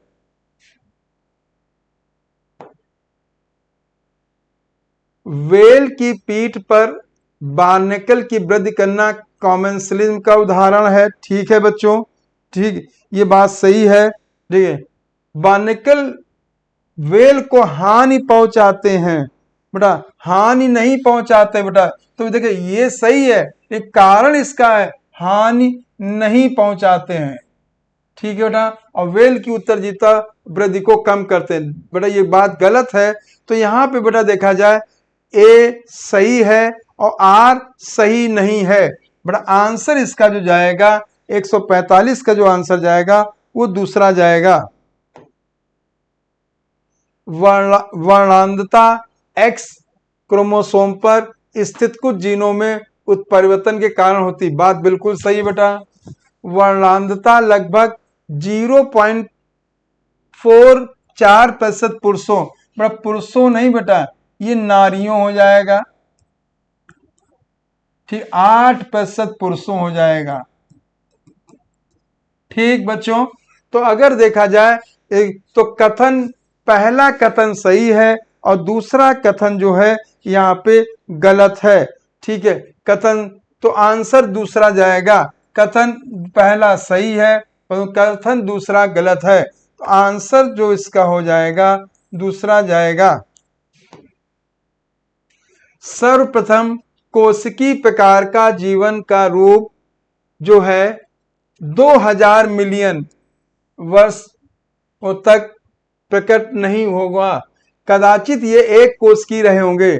सभी रूप उस समय केवल जलीय वातावरण में रहे होंगे, बिल्कुल से। इसमें बेटा अगर हम देखते हैं बेटा तो ये आपको सीधे याद करने वाला है और यहाँ पे बेटा जो होगा आंसर इसका पहला होगा। 147 का जो आंसर जो होगा 2000 मिलियन है। और ये सीधे सीधे आपको बेटा याद करना है बच्चों, ठीक है। जो 147 जो होगा इसमें 2000 मिलियन, 3000 मिलियन गलत है बेटा, ठीक है बच्चों। 4000 मिलियन गलत है और बेटा 1000 मिलियन गलत है। तो 147 का आंसर जो होगा पहला आंसर जाएगा।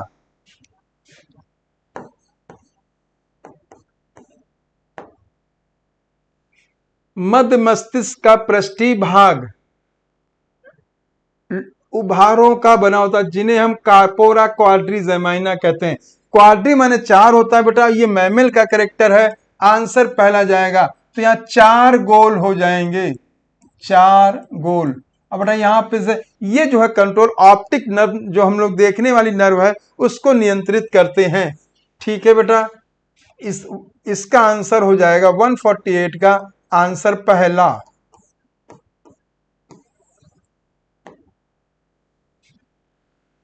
मॉरिस विल्किंस व बेटा यहाँ पे द्वारा दिए गए एक्स विवर्तन आंकड़े के आधार पर में जेम्स वाटसन फ्रांसिस क्रिक ने डीएनए की संरचना की द्विकुंडली नमूना प्रस्तुत किया बेटा। अगर हम बेटा यहाँ पे 149 को देखते हैं बेटा, तो यहाँ पे देखिएगा जो है इरविन चारगाफ नहीं होंगे, इरविन चारगाफ 1950 नहीं होंगे। रोजलैंड फ्रैंकलिन 1953। बड़ा यहाँ पे सन बड़ा ध्यान देने की जरूरत है। तो यहाँ पे जो होगा तो रोजलैंड फ्रैंकलिन होगा, यहाँ पे रोजलैंड फ्रैंकलिन इस जगह हो जाएगा। और आधार पर 1953 में बेटा यहाँ पे जो होगा 1953 में जेम्स वाटसन और फ्रांसिस क्रिक के साथ दिया था।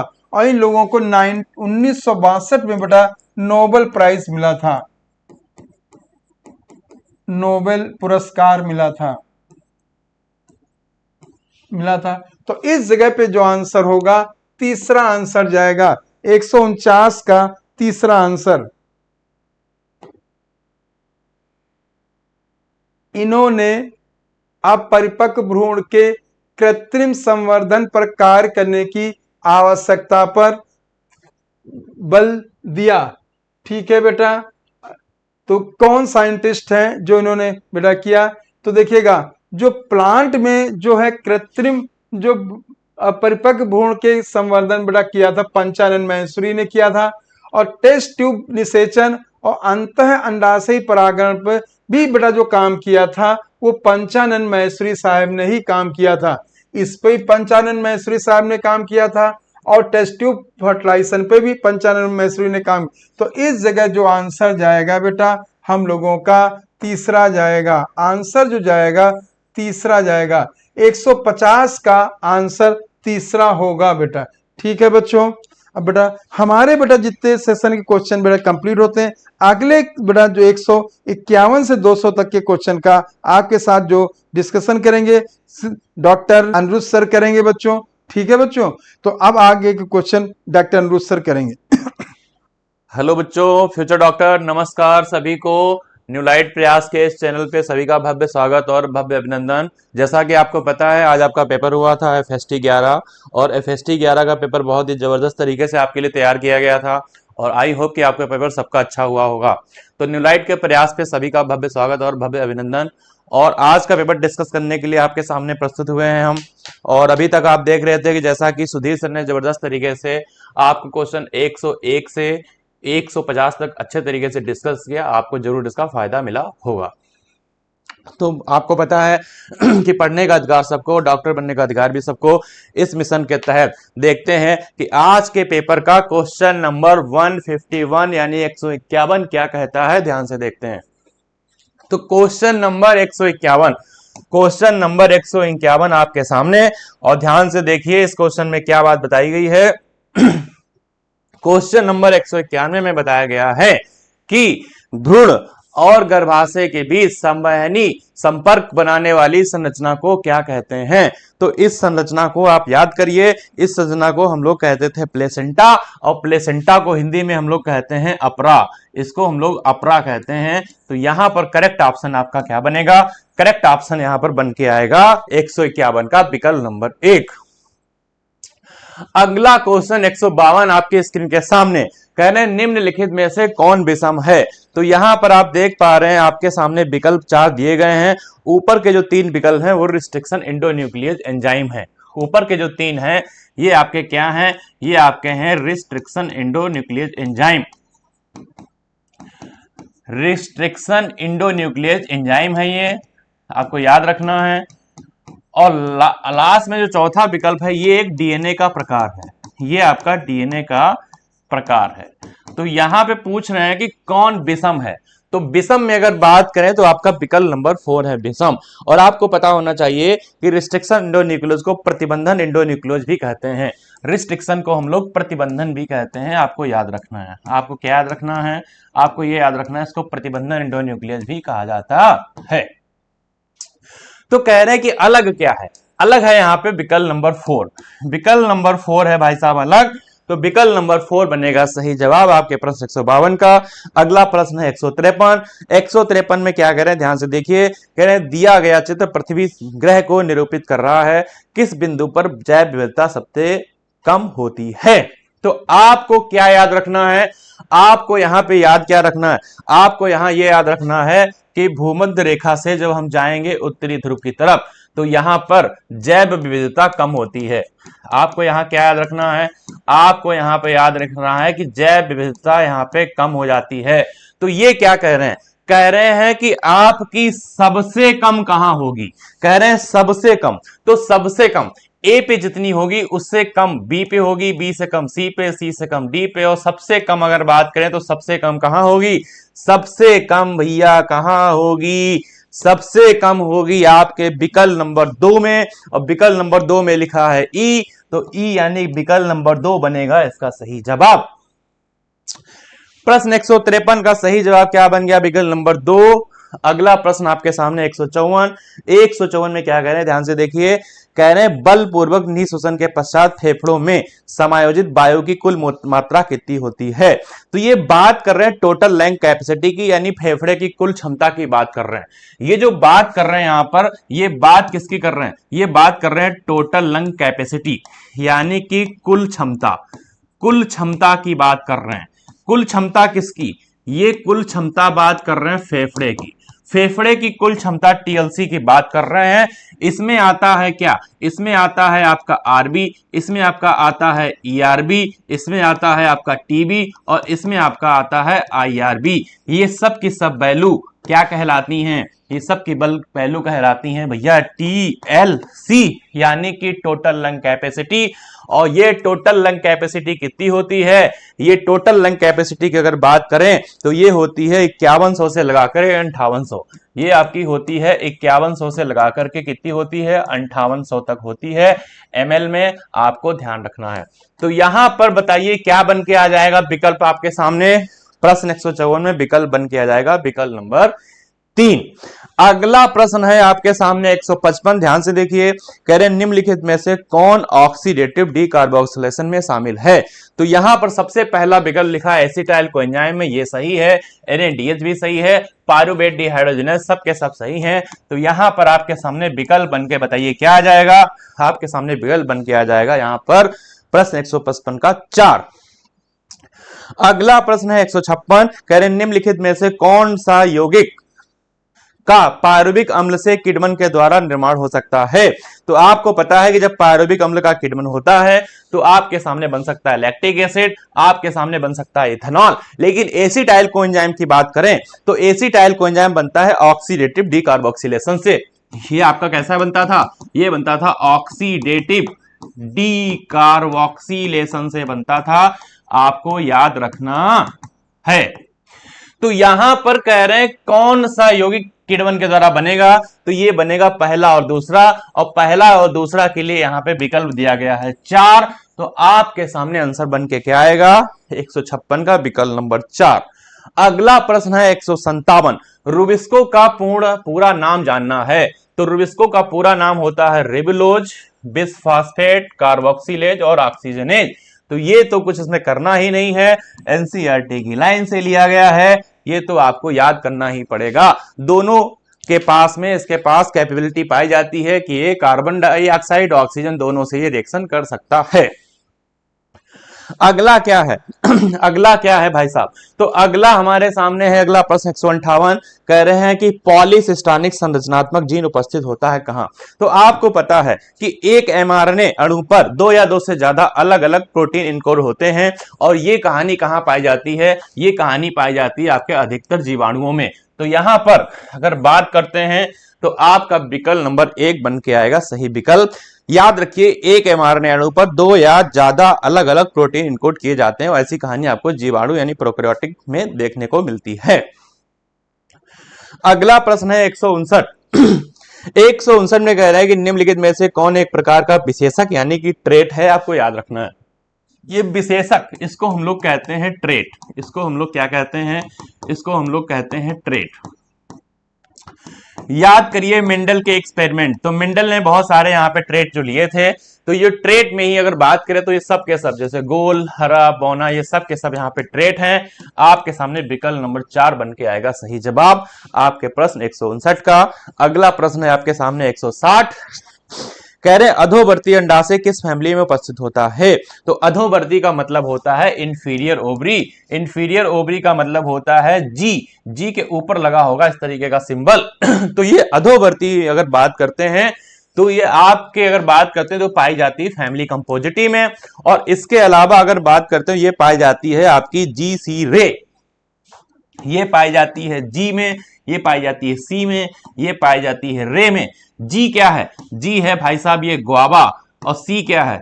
सी है ये भैया कुकुम्बर यानी कि खीरा, और ग्वावा मीन्स पता ही है आपको अमरूद। ग्वावा मीन्स क्या होता है? अमरूद, और कुकुम्बर की मीन्स होता है भाई साहब खीरा। और रे फ्लोरेट्स ऑफ सनफ्लावर, और सनफ्लावर में यानी कि सूरजमुखी जो आपका होता है, उस सूरजमुखी के फ्लावर में जो रे फ्लोरेट्स होते हैं उनमें आपका ये पाया जाता है। तो यहां पर विकल्प नंबर 3 आपका बन के आएगा सही जवाब आपके प्रश्न 160 का। अगला प्रश्न है आपके सामने 161, डेंगू बुखार के लिए इंक्यूबेशन काल क्या होता है? इंक्यूबेशन काल वो काल होता है जिसके बाद ही लक्षण आते हैं। इंक्यूबेशन काल वो होता है जिसके बाद जिसके पूर्ण होने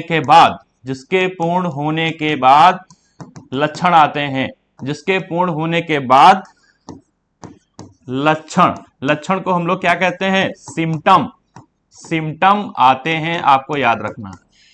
तो वो काम होता है जिसके पूर्ण होने के बाद आपके लक्षण आएंगे। तो इंक्यूबेशन अगर बात करें तो ये 3 से 8 दिन होता है, 3 से 8 दिन के बाद ही लक्षण आते हैं, आपको याद रखना है। तो आपके प्रश्न 161 में आपका यहाँ पे सही विकल्प क्या बन जाएगा? सही विकल्प बन जाएगा आपके प्रश्न नंबर 4।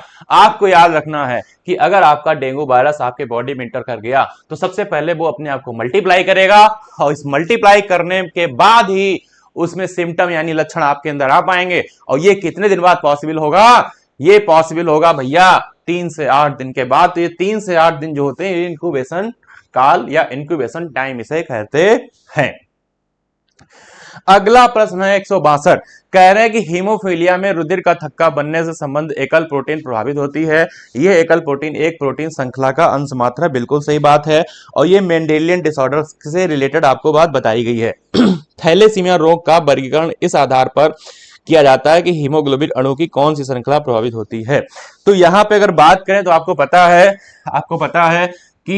पता है कि जो सिंगल जीन होते हैं, सिंगल जीन के म्यूटेशन से अगर बात करें तो आपकी जो सिंगल प्रोटीन होती है उसमें क्या हो जाता है? उसमें भी आपका म्यूटेशन हो जाता है।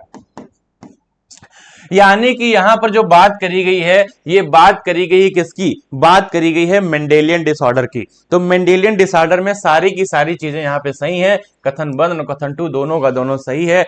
आंसर आपके सामने बन के क्या आएगा? आंसर आपके सामने बन के आएगा विकल्प नंबर 4।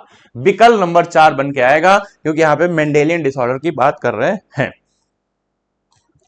अगला प्रश्न क्या है? अगला प्रश्न है 163। कह रहे हैं याक का पूर्ण रूप क्या होता है? तो याक का मतलब क्या होता है भाई साहब? याक का मतलब जो होता है उसको कहते हैं ईस्ट आर्टिफिशियल क्रोमोसोम।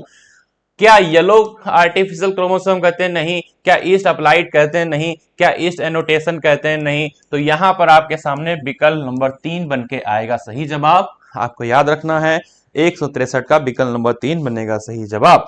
अगला प्रश्न है 164। कह रहे हैं अनुवांशिक कूट के लिए गलत आपको बताना है। तो गलत क्या है भाई साहब? यहां पे अगर बात करते हैं तो गलत क्या है? गलत यहां पे क्या है? गलत है यहां पे पहला विकल्प जहां पे लिखा है ल्यूसीन। ल्यूसीन की जगह पे यहां पे फिनाइल एलानिन होना चाहिए था। यहां पे होना चाहिए था फिनाइल एलानिन। यहां पे होना चाहिए था फिनाइल एलानिन। अगर फिनाइल एलानिन होता तो ये सही होता, बाकी के बाकी ये सब सही है। आपको गलत लगाना था तो गलत का भाई था गलत, यानी कि विकल्प नंबर 1 बन के आएगा इसका सही जवाब आपके प्रश्न 164 का। अगला प्रश्न 165। 165 कह रहे हैं दिए गए चित्र में क्या सही है? तो क्या सही है आप देखिए भैया, क्या सही है? कह रहे हैं कि ए क्या है? ये ए जो है इसको हम लोग कहते हैं अपरा रसांकुर, बिल्कुल सही बात है। ये बी क्या है? बी क्या है? ये बी जो है इसको हम लोग कहते हैं पीतक कोष। और सी क्या है? सी को हम लोग कहते हैं भैया भ्रूण। सी को हम लोग क्या कहते हैं? सी को हम लोग कहते हैं भ्रूण। तो यहां पर सारी की सारी बातें सही हैं। आंसर बन के आएगा आपका 4। आंसर बन के आएगा 165 में अगर बात करते हैं 4। अगला क्या है? अगला है 166। 166 में कह रहे हैं कभी कभी अलील आवृत्ति का यह परिवर्तन समष्टि के नए नमूने में इतना भिन्न हो जाता है तो वह नूतन प्रजाति की ही हो जाती है, मौलिक अपवाहित समष्टि संस्थापक बन जाती है। और इस प्रवाह को क्या कहा जाता है? तो इसको कहते हैं हम लोग फाउंडर इफेक्ट या संस्थापक प्रभाव। और इसमें सबसे खास लाइन क्या है कि मौलिक अपवाहित समष्टि संभावित बन जाती है। इस लाइन को ध्यान से पढ़िए। कह रहे हैं मौलिक अपवाहित समष्टि संस्थापक बन जाती है, यानी फाउंडर बन जाती है। आपको याद रखना है, यानी कि आपका कैसे बन जाते हैं? फाउंडर। तो इसको हम लोग फाउंडर इफेक्ट भी बोलते थे, या इसको हम लोग संस्थापक प्रभाव भी कहते हैं। इसको हम लोग अंग्रेजी में अगर बात करें तो हम लोग फाउंडर इफेक्ट भी इसी को हम बोलते हैं। आंसर बन के आएगा भैया सेकेंड। आंसर बन के आएगा भैया क्या? आंसर बन के आएगा 166 का सेकेंड। अगला प्रश्न 167। मानव शरीर में किस स्थल पर PO2 यानी ऑक्सीजन 104 mmHg होता है? तो आपको पता है एल्वियोलाई। एल्वियोलाई यानी कि आपके होते हैं वायु कोपिका। इन वायु कोपिका में अगर बात करते हैं तो PO2 का लेवल जो होता है वो आपका 104 mmHg होता है। तो आपके सामने विकल्प बन के क्या आएगा? आपके सामने भैया विकल्प बन के आएगा 167 का विकल्प नंबर 4। अगला प्रश्न है 168। ध्यान से देखिए। कह रहे हैं एल टी इजिकल टू यानी एल टी बराबर L0 L0 प्लस RT समीकरण में R का मतलब क्या है? तो ये R जो होता है, R का मतलब होता है या तो वृद्धि दर या मतलब होता है दीर्घीकरण प्रति इकाई। तो यहाँ पे पहला दूसरा विकल्प है सही और उसके बाद ये है गलत। तो यहाँ पर बताइए जब पहला दूसरा सही है तो आपके सामने भैया क्या बन के आएगा? विकल्प। विकल्प बन के आएगा यहाँ पे 168 का। आपके सामने बन के आएगा 168 का विकल्प नंबर 4। अगला प्रश्न 169। नीचे दिए गए दो कथन दिए गए हैं और आपको इसके बारे में पता करना है। सबसे पहला एक बीमारी जिसको एड्स कहते हैं, दूसरा जिसको यकृत शोथ बी यानी हेपेटाइटिस बी कहते हैं। आपको याद रखना है। तो दोनों की अगर बात करें, दोनों नॉट क्यूरेबल हैं, यानी दोनों का स्थायी इलाज नहीं है। दोनों की अगर बात करें तो इनका स्थायी इलाज नहीं है, आपको ध्यान देना है। इनका स्थायी इलाज नहीं है, इनका स्थायी इलाज नहीं है। एड्स और ये है हेपाटाइटिस बी। दोनों ही चिरकालिक संक्रमण है, अंततः घातक और इसमें डेथ होगी। अगर बात करें एड्स और हेपाटाइटिस बी, दोनों ही यौन संपर्क और रुधिर से स्थानांतरित हो जाते हैं। बिल्कुल सही बात है। तो यहाँ पे बताइए जब दोनों सही हैं तो 169 में क्या बन के आएगा सही जवाब? क्या बन के आएगा भैया सही जवाब? जल्दी जल्दी बता दो, क्या बन के आएगा सही जवाब? जवाब बन के आएगा विकल्प नंबर 4। विकल्प नंबर 4 बन के आएगा सही जवाब। अगला प्रश्न है आपके सामने 170। कह रहे हैं प्रत्येक F actin monomeric G actin का पॉलीमर होता है। बिल्कुल सही बात है, बिल्कुल सही बात है भैया। फिर दूसरा कह रहे हैं कि एक जटिल मेरोमायोसिन, मेरोमायोसिन ट्रोपोनिन, यहां पे होना चाहिए था ट्रोपोनिन, यहां पे होना चाहिए था ट्रोपोनिन। ये ट्रोपोनिन एनसीईआरटी की लाइन से मिलाइएगा, यहां पे ट्रोपोनिन होना चाहिए था। तो पहला हो गया सही, दूसरा हो गया गलत। 170 के 170 पे कहां लगा दें टिक? 170 का जरा दूसरा ऑप्शन देखिए, पहला सही दूसरा है गलत। तो यहां पर विकल्प नंबर 2 बन के आएगा सही जवाब आपके प्रश्न 170 का। अगला प्रश्न है भैया 171, कह रहे हैं गलत अनुरूपता चयन करना है। तो ये गलत अनुरूपता की बात कर रहे हैं भाई, ध्यान से देखिए। कह रहे हैं यहाँ पे लक्षण है, यहाँ पे मुनेरा और ये कबक की बात कर रहे हैं। तो यहां पर बात करते हैं किसकी? हम बात करते हैं जरा मुनेरा में, ये वाला आप देखिए जरा इस सेकंड वाले को। कह रहे हैं पोषण की विधि, कह रहे हैं सदैव विषमपोषी होती है। नहीं भैया, विषमपोषी भी होती है एवं समपोषी भी होती है। तो यहां पर ये जो सदैव लिखा है ये बात गलत है, और कबक में विषमपोषी है, ये सही है। तो यहां पर ये ऑप्शन बात करें तो ये है गलत, और गलत का भाई भैया क्या होता है? गलत का भाई होता है गलत। तो यानी कि विकल्प नंबर 2 बन के आएगा सही जवाब। और इसके अलावा अगर बात करें तो ये सब के सब आपके सही हैं, आप एनसीईआरटी से इसको मैच करा लीजिए। तो 171 का विकल्प नंबर 2 बन के आएगा भैया सही जवाब। अगला प्रश्न 172, सही अनुरूपता आपको बतानी है। तो सही अनुरूपता में सबसे सामने लिखा है आपके सामने माइकोप्लाज्मा। अब आपको पता है कि माइकोप्लाज्मा आपका ये प्रोकैरियोटिक सेल होता है। फिर उसके बाद लिखा है पैरामीशियम, ये आता है प्रोटिस्टा में। उसके बाद आता है आपका राइजोपस, ये आता है बहुकोशिकीय विषमपोषी में। फिर आता है प्रियॉन, ये आता है बीएसई में। तो यहां पर एक से बात करें, एक ऑप्शन है सेकंड, और एक ऑप्शन एक ही जगह सेकंड है, यानी यहां पर आंसर बन के आएगा विकल्प नंबर 2। प्रश्न 172 का विकल्प बनेगा 2 सही जवाब। अगला प्रश्न 173, सही अनुरूपता बतानी है। तो सही अनुरूपता यानी यूडोरिना की अगर बात करें तो युग्मक असमान होते हैं, आकार में होते हैं, बिल्कुल सही बात है। यूलोथ्रिक्स की बात करें, कसाबकी यानी कि फ्लैजिलेटेड होता है, समान आकार के होते हैं। स्पाइरो वगैरह नॉन फ्लैजिलेटेड अकसाबकी और आपके युवक समान आकार में होते हैं। क्लोरेला में बात करें तो प्रोटीन प्रचुर मात्रा में यहां पाई जाती है, बिल्कुल सही बात है।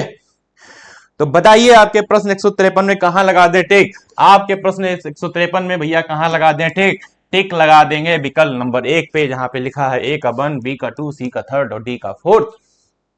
अगला प्रश्न भैया 174 आपके स्क्रीन के सामने। 174 में आप ध्यान से बताइए क्या बताया गया है। कह रहे नीचे दिए गए 2 कथन है, शरीर में उपस्थित परासरण ग्राहियां रक्त आयतन, शरीर तरल आयतन और आयनी सारणी में बदलाव द्वारा सक्रिय होते हैं। ये परासरण ग्राहियां क्या होता है? परासरण ग्राहियों को कहते हैं ऑस्मो रिसेप्टर।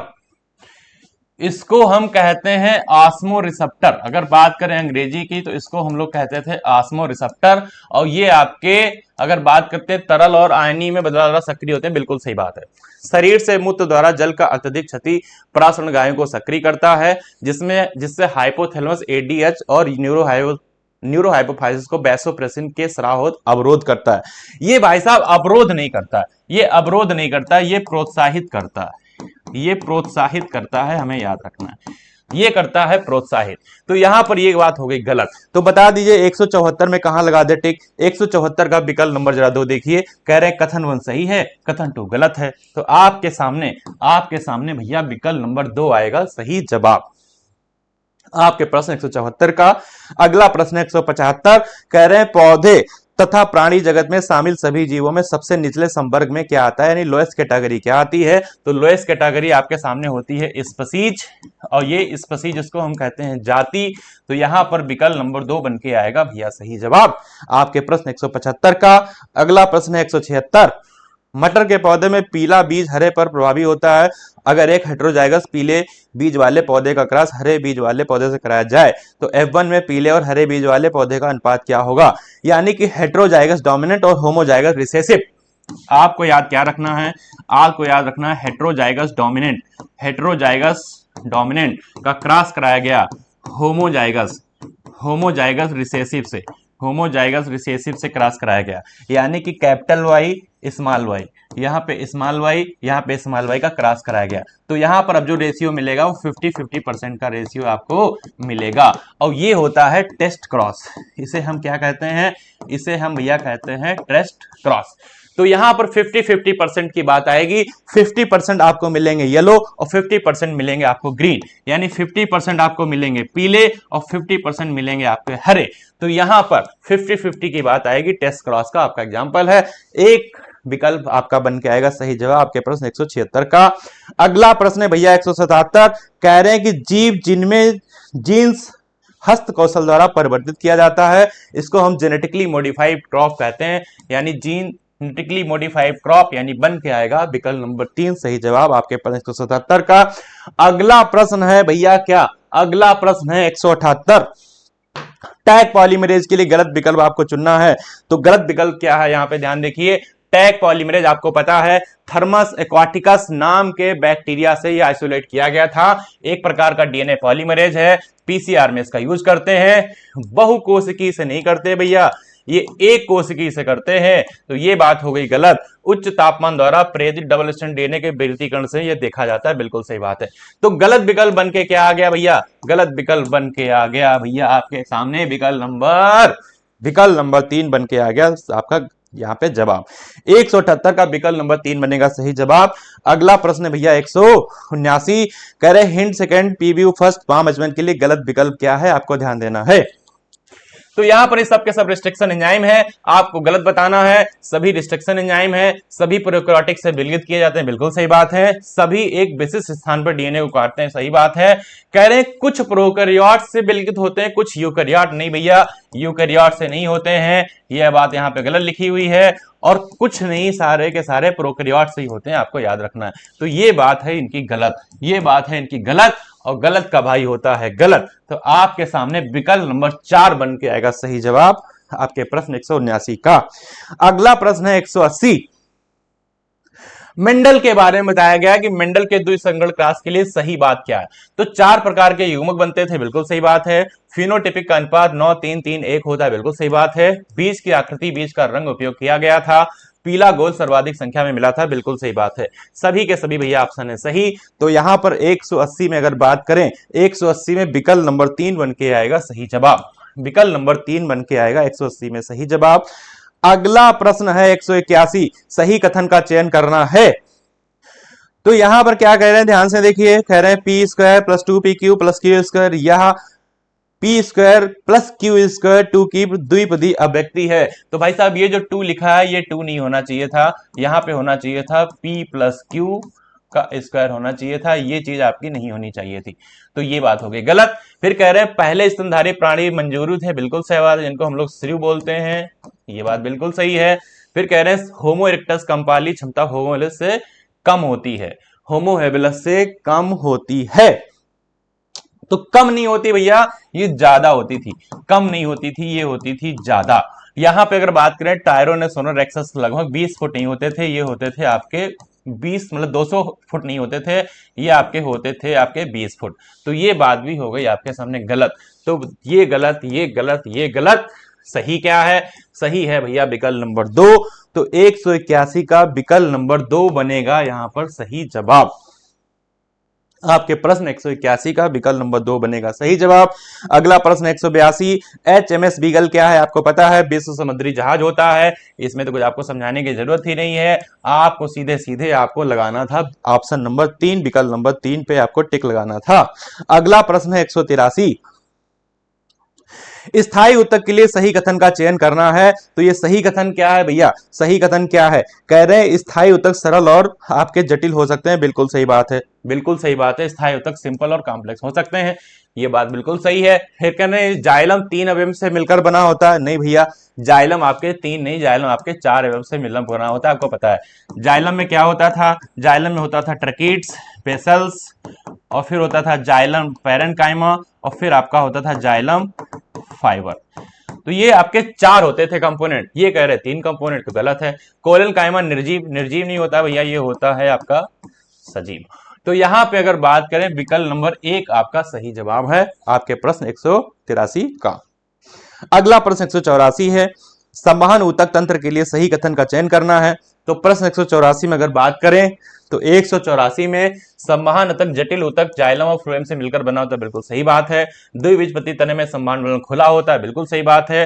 संयुक्त बंडल अगर बात करें तो पत्ती में सामान्य रूप से पाया जाता है, बिल्कुल सही बात है। यहां पर आपके सामने विकल्प नंबर 4 बन के आएगा सही जवाब आपके प्रश्न 184 का। अगला प्रश्न भैया 185, कह रहे हैं पीजीआर के लिए सही कथन क्या है? तो पीजीआर के लिए सही कथन आपके सामने पीजीआर प्रोत्साहक रोधक हो सकता है, प्राकृतिक ऑक्सीजन इंडोल व्युत्पन्न हो सकते हैं, ऑक्सीजन जई के अंकुरण से अगर बात करें तो विलगित किया जाता है। तो सभी की सभी बातें हैं भैया सही, तो सभी की सभी हैं सही। तो बताओ कहां लगा दोगे टिक? 185 के विकल्प नंबर 4 पे लगा देंगे टिक।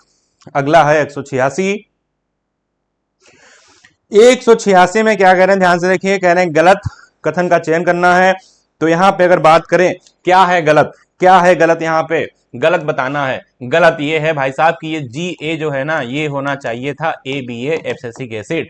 बाकी सारी की सारी बातें हैं आपके सामने सही। और गलत क्या है? गलत है आपके सामने विकल्प नंबर 3। तो गलत का भाई गलत, यानी कि विकल्प नंबर 3 बनकर आएगा सही जवाब आपका प्रश्न 186 का। 187 सही अनुरूपता बतानी है। ये सही अनुरूपता कहां है भाई साहब? सही अनुरूपता को ध्यान से देखिए। कह रहे हैं सिल्वर फिश में होते हैं आपके ज्वाइंट अपेंडेजेस, यानी कि संयुक्त उपांग होते हैं और इनके पास प्रगुहा पाई जाती है। बिल्कुल सही बात है। क्यों? क्योंकि सिल्वर फिश जो आती है ये किस में आती है? ये आपकी आती है आपकी आर्थ्रोपोडा में। किस में आती है? ये आपकी आती है फाइलम, यानी संघ कैसा है? आर्थ्रोपोडा। और इसका वर्ग क्या होता है? इसका वर्ग होता है इंसेक्टा। अब आपको पता है कि इनके पास में आपके ज्वाइंटेड यानी संयुक्त उपांग पाए जाते हैं। विकल्प नंबर 2 बन के आएगा सही जवाब आपके प्रश्न 187 का। यहां पे अगर बात करें तो ये कूट नहीं होना चाहिए था, अगुआ होना चाहिए था। कटल फिश मोलस्का में खुला नहीं होता है, आपको याद रखना है। यहाँ पे खुला आपका नहीं होता है, यहाँ पे बंद परिसंचरण तंत्र आपका पाया जाता है। और यहाँ पर 2 आलिंद नहीं, 1 आलिंद होता है, 1 नीले होता है आपके वर्टिब्रेटा की डॉग फिश यानी कुत्ता मछली में। तो 187 का विकल्प नंबर 2 बन के आएगा सही जवाब। अगला प्रश्न 188 गलत अनुरूपता आपको बतानी है। तो गलत अनुरूपता के यहां पर ध्यान से देखिए, आपका विकल्प नंबर 3 में जरा देखिए। कह रहे दीर्घकालीन हाइपर कैल्सीमिया नहीं होना चाहिए था। यहां पे हाइपर ग्लाइसीमिया डायबिटीज मेलाइटस नहीं करता है, ये हाइपर ग्लाइसीमिया करता है। हाइपर ग्लाइसीमिया करता है आपका डायबिटीज मेलाइटस। तो ये बात यहां पे बिल्कुल बिल्कुल गलत दी गई है। चक्रीय एएमपी के लिए द्वितीयक संदेश भाग बिल्कुल सही बात है। ग्लूकोज से ग्लाइकोजन बिल्कुल सही बात है, ग्लाइकोजेनेसिस होता है। आरबीसी का निर्माण एराथ्रोप्लासिस होता है, ये बात है गलत, यानी कि ये गलत है। तो यही हो गया आपका सही जवाब। विकल्प नंबर 3 बन के आएगा सही जवाब 188 का। अगला प्रश्न 189 गलत अनुरूपता बतानी है। तो गलत अनुरूपता यहाँ पे क्या है? गलत अनुरूपता में ध्यान से देखिए, यहाँ पे लिखा क्या है? लिखा है स्तनपान का अभाव लैक्टेशनल मेमोनोरिया होता है। नहीं, मेंस्ट्रुएशन का अभाव, मेंस्ट्रुएशन का प्रभाव होता है भाई साहब, स्तनपान का नहीं, मेंस्ट्रुएशन। ये मेंस्ट्रुएशन का जो आपका प्रभाव होता है इसे कहते हैं लैक्टोशनल एमीरिया। तो ये बात यहाँ पे आपकी गलत है। तो गलत है तो गलत ही यहाँ पे पूछ रहा था, यानी कि विकल्प नंबर 3 बन के आएगा सही जवाब। बाकी सारी की सारे आपकी बातें सही हैं। तो 189 में विकल्प नंबर 3 बन के आएगा सही जवाब। अगला प्रश्न है 190 गलत अनुरूपता का चयन करना है। ये गलत अनुरूपता क्या है? कह रहे हैं एलर्जी के लिए अगर बात करते हैं तो IgE होता है, बिल्कुल सही बात है। कोलेस्ट्रॉल में IgA प्रचुर मात्रा में होता है, आपको याद रखना है, प्रचुर मात्रा में। उसके बाद में हेपेटाइटिस बी टीका इस बिल्कुल सही बात है। और फिर आपका लिखा है PMNL न्यूट्रोफिल शारीरिक रोध के लिए होती है, नहीं, ये आपकी कोशिकीय रोध के लिए होती हैं। ये आपकी होती है कोशिकीय रोध के लिए, ये आपकी होती हैं कोशिकीय रोध के लिए होती हैं, ये बात आपको याद रखनी है। तो भाई साहब यहाँ पे यही आपका गलत है और गलत पूछ रहे हैं, तो गलत का भाई गलत, यानी कि विकल्प नंबर 4 भैया बन के आ जाएगा आपके सामने सही जवाब। अगला प्रश्न है क्या? अगला प्रश्न है आपके सामने, अगला प्रश्न भैया क्या है? अगला प्रश्न है आपके सामने 151। फिर आपको बताना है गलत अनुरूपता। तो गलत अनुरूपता क्या है? कह रहे हैं सह विलुप्तता अविकल्पीय संबंध, बिल्कुल सही बात। विदेशी जाति आक्रमण की बात करें तो अफ्रीकन कैट बिल्कुल सही बात है। ऊतक संवर्धन स्वस्थाने नहीं होता है, ये होता है बाह्य स्थाने, बाह्य स्थान संरक्षण होता है। तो यही बात यहाँ पे है गलत, यही बात है गलत। तो गलत का भाई है गलत। आपके सामने विकल्प नंबर 3 बन के आएगा सही जवाब आपका प्रश्न 151 का। 151 का विकल्प नंबर 3 बनेगा सही जवाब। अगला प्रश्न 152, नीचे दो कथन लिए हैं, यहाँ पे बताना है कौन सा सही है कौन सा आपका गलत है। तो कह रहे हैं स्त्रियों द्वारा प्रोजेस्टेरोन अकेले या फिर एस्ट्रोजन के द्वारा इसका संयोजन भी टीके या त्वचा के नीचे अंतरोप के रूप में किया जा सकता है। बिल्कुल सही बात है। सहेली हफ्ते में एक बार ली जाने वाली गोली है। इसके दुष्प्रभाव बहुत ज्यादा नहीं, बहुत कम होते हैं भाई साहब, बहुत बहुत कम होते हैं, आपको याद रखना है, बहुत कम होते हैं। तथा ये ज्यादा जो लिखा है ये गड़बड़ है भाई साहब, बहुत कम होते हैं तथा यह कम निरोधक क्षमता वाली, कम नहीं ज्यादा, यहां पे होना चाहिए था ज्यादा, तो ये बात है गलत। तो पहला है सही, दूसरा है गलत। बताओ 192 पे कहां लगा देते हैं? 192 का ऑप्शन नंबर सेकंड देखिए। कह रहे पहला है सही, दूसरा है गलत, तो यहां पे विकल्प नंबर 2 बन के आएगा भैया सही जवाब आपके प्रश्न 152 का। अगला प्रश्न है 153, पूर्वावस्था में कौन सी घटना घटित नहीं होती है? तो आपको पता है क्रॉसिंग ओवर बिन में होता है, कैजमेटा का निर्माण होता है, साइनेप्टोनिमल मिश्रण भी बनता है, पर ये जो समजात गुणसूत्र का अलग होना ये यहां पर नहीं होता है। ये कहां होता था? ये सेपरेशन होता था आपका कहां? ये आपका होता था एनाफेस में। ये कहां होता था? ये होता था आपके एनाफेस में होता था, एनाफेस में होता था। और एनाफेस की भी अगर बात करें तो ये होता था कहां? ये भैया कहां होता था? एनाफेस में होता था, याद रखना है। तो आपको याद है प्रोफेज, मेटाफेज, एनाफेज, टीलोफेज 4 अवस्थाएं होती हैं। तो अलग जो वाली बात है ये एनाफेज के लिए आपको याद रखना है, आगे के भी यहां से क्वेश्चन पूछा जाएगा। तो 193 में विकल्प नंबर 3 बन के आएगा आपका सही जवाब। अगला प्रश्न 194, अपघटन में कौन कौन शामिल है? अपघटन में अगर बात करें तो आपका अर्थवाम यानी कि केंचुआ, बैक्टीरिया यानी कि जीवाणु, और फंजाई यानी कि कवक, ये सब के सब भैया होते हैं शामिल। तो सब के सब होते हैं शामिल, तो बताइए क्या हो जाएगा जवाब? आपका जवाब 194 का हो जाएगा विकल्प नंबर 4। अगला प्रश्न 195, कौन एक प्रकार का जंतु नहीं है? तो आपको पता है मांसाहारी, शाकाहारी ये जंतु हो सकते हैं, उच्च मांसाहारी, पर उत्पादक नहीं हो सकते, क्योंकि उत्पादक हमारे क्या होते हैं? वो हमारे सब प्लांट्स यानी पौधे ही होते हैं। लोअर प्लांट्स, हायर प्लांट्स, सब के सब पौधे ही हो सकते हैं। विकल्प नंबर 3 बन के आएगा सही जवाब आपके प्रश्न 195 का। अगला प्रश्न 196, उपरोक्त उपयोगों के साथ साथ जीएम का उपयोग के निर्माण में सहायक है, जिनमें वैकल्पिक संसाधनों के रूप में बसा, ईंधन, भोजी आपूर्ति की जाती है। बिल्कुल सही बात है। इसे हम कहते थे टेलर मेड प्लांट, और इसे हम हिंदी में कहते हैं तदनुकूल पौधे। अंग्रेजी में बात करें तो इसे हम लोग कहते थे टेलर मेड प्लांट, और हिंदी में अगर बात करें तो इसे हम कहते हैं तदनुकूल पौधे। तो यहां पर विकल्प नंबर 1 बन के आएगा भैया सही जवाब आपके प्रश्न 196 का। अगला प्रश्न 197, कौन एक प्रकार का पारजीवी जंतु है? तो यहां पर अगर बात करें, पारजीवी का मतलब होता है ट्रांसजेनिक। पारजीवी का मतलब क्या होता है? पारजीवी का मतलब होता है ट्रांसजेनिक। ट्रांसजेनिक अगर बात करें, खरगोश, सुअर, चूहा, सबके सब यहाँ पे ट्रांसजेनिक हैं। विकल्प नंबर 4 बन के आएगा भैया सही जवाब आपके प्रश्न 157 का। अगला प्रश्न है 158, सही बताना है। तो कह रहे हैं परागण कारक वायु, जल और जंतु हो सकते हैं। वायु, जल, जंतु हो सकते हैं, बिल्कुल सही बात है। फिर कह रहे हैं कि आजीवी परागण जल द्वारा, आजीवी परागण जल द्वारा नहीं होता भैया, ये होता है वायु द्वारा, ये होता है वायु द्वारा, आपको याद रखना। ये होता है कैसे? ये होता है वायु द्वारा।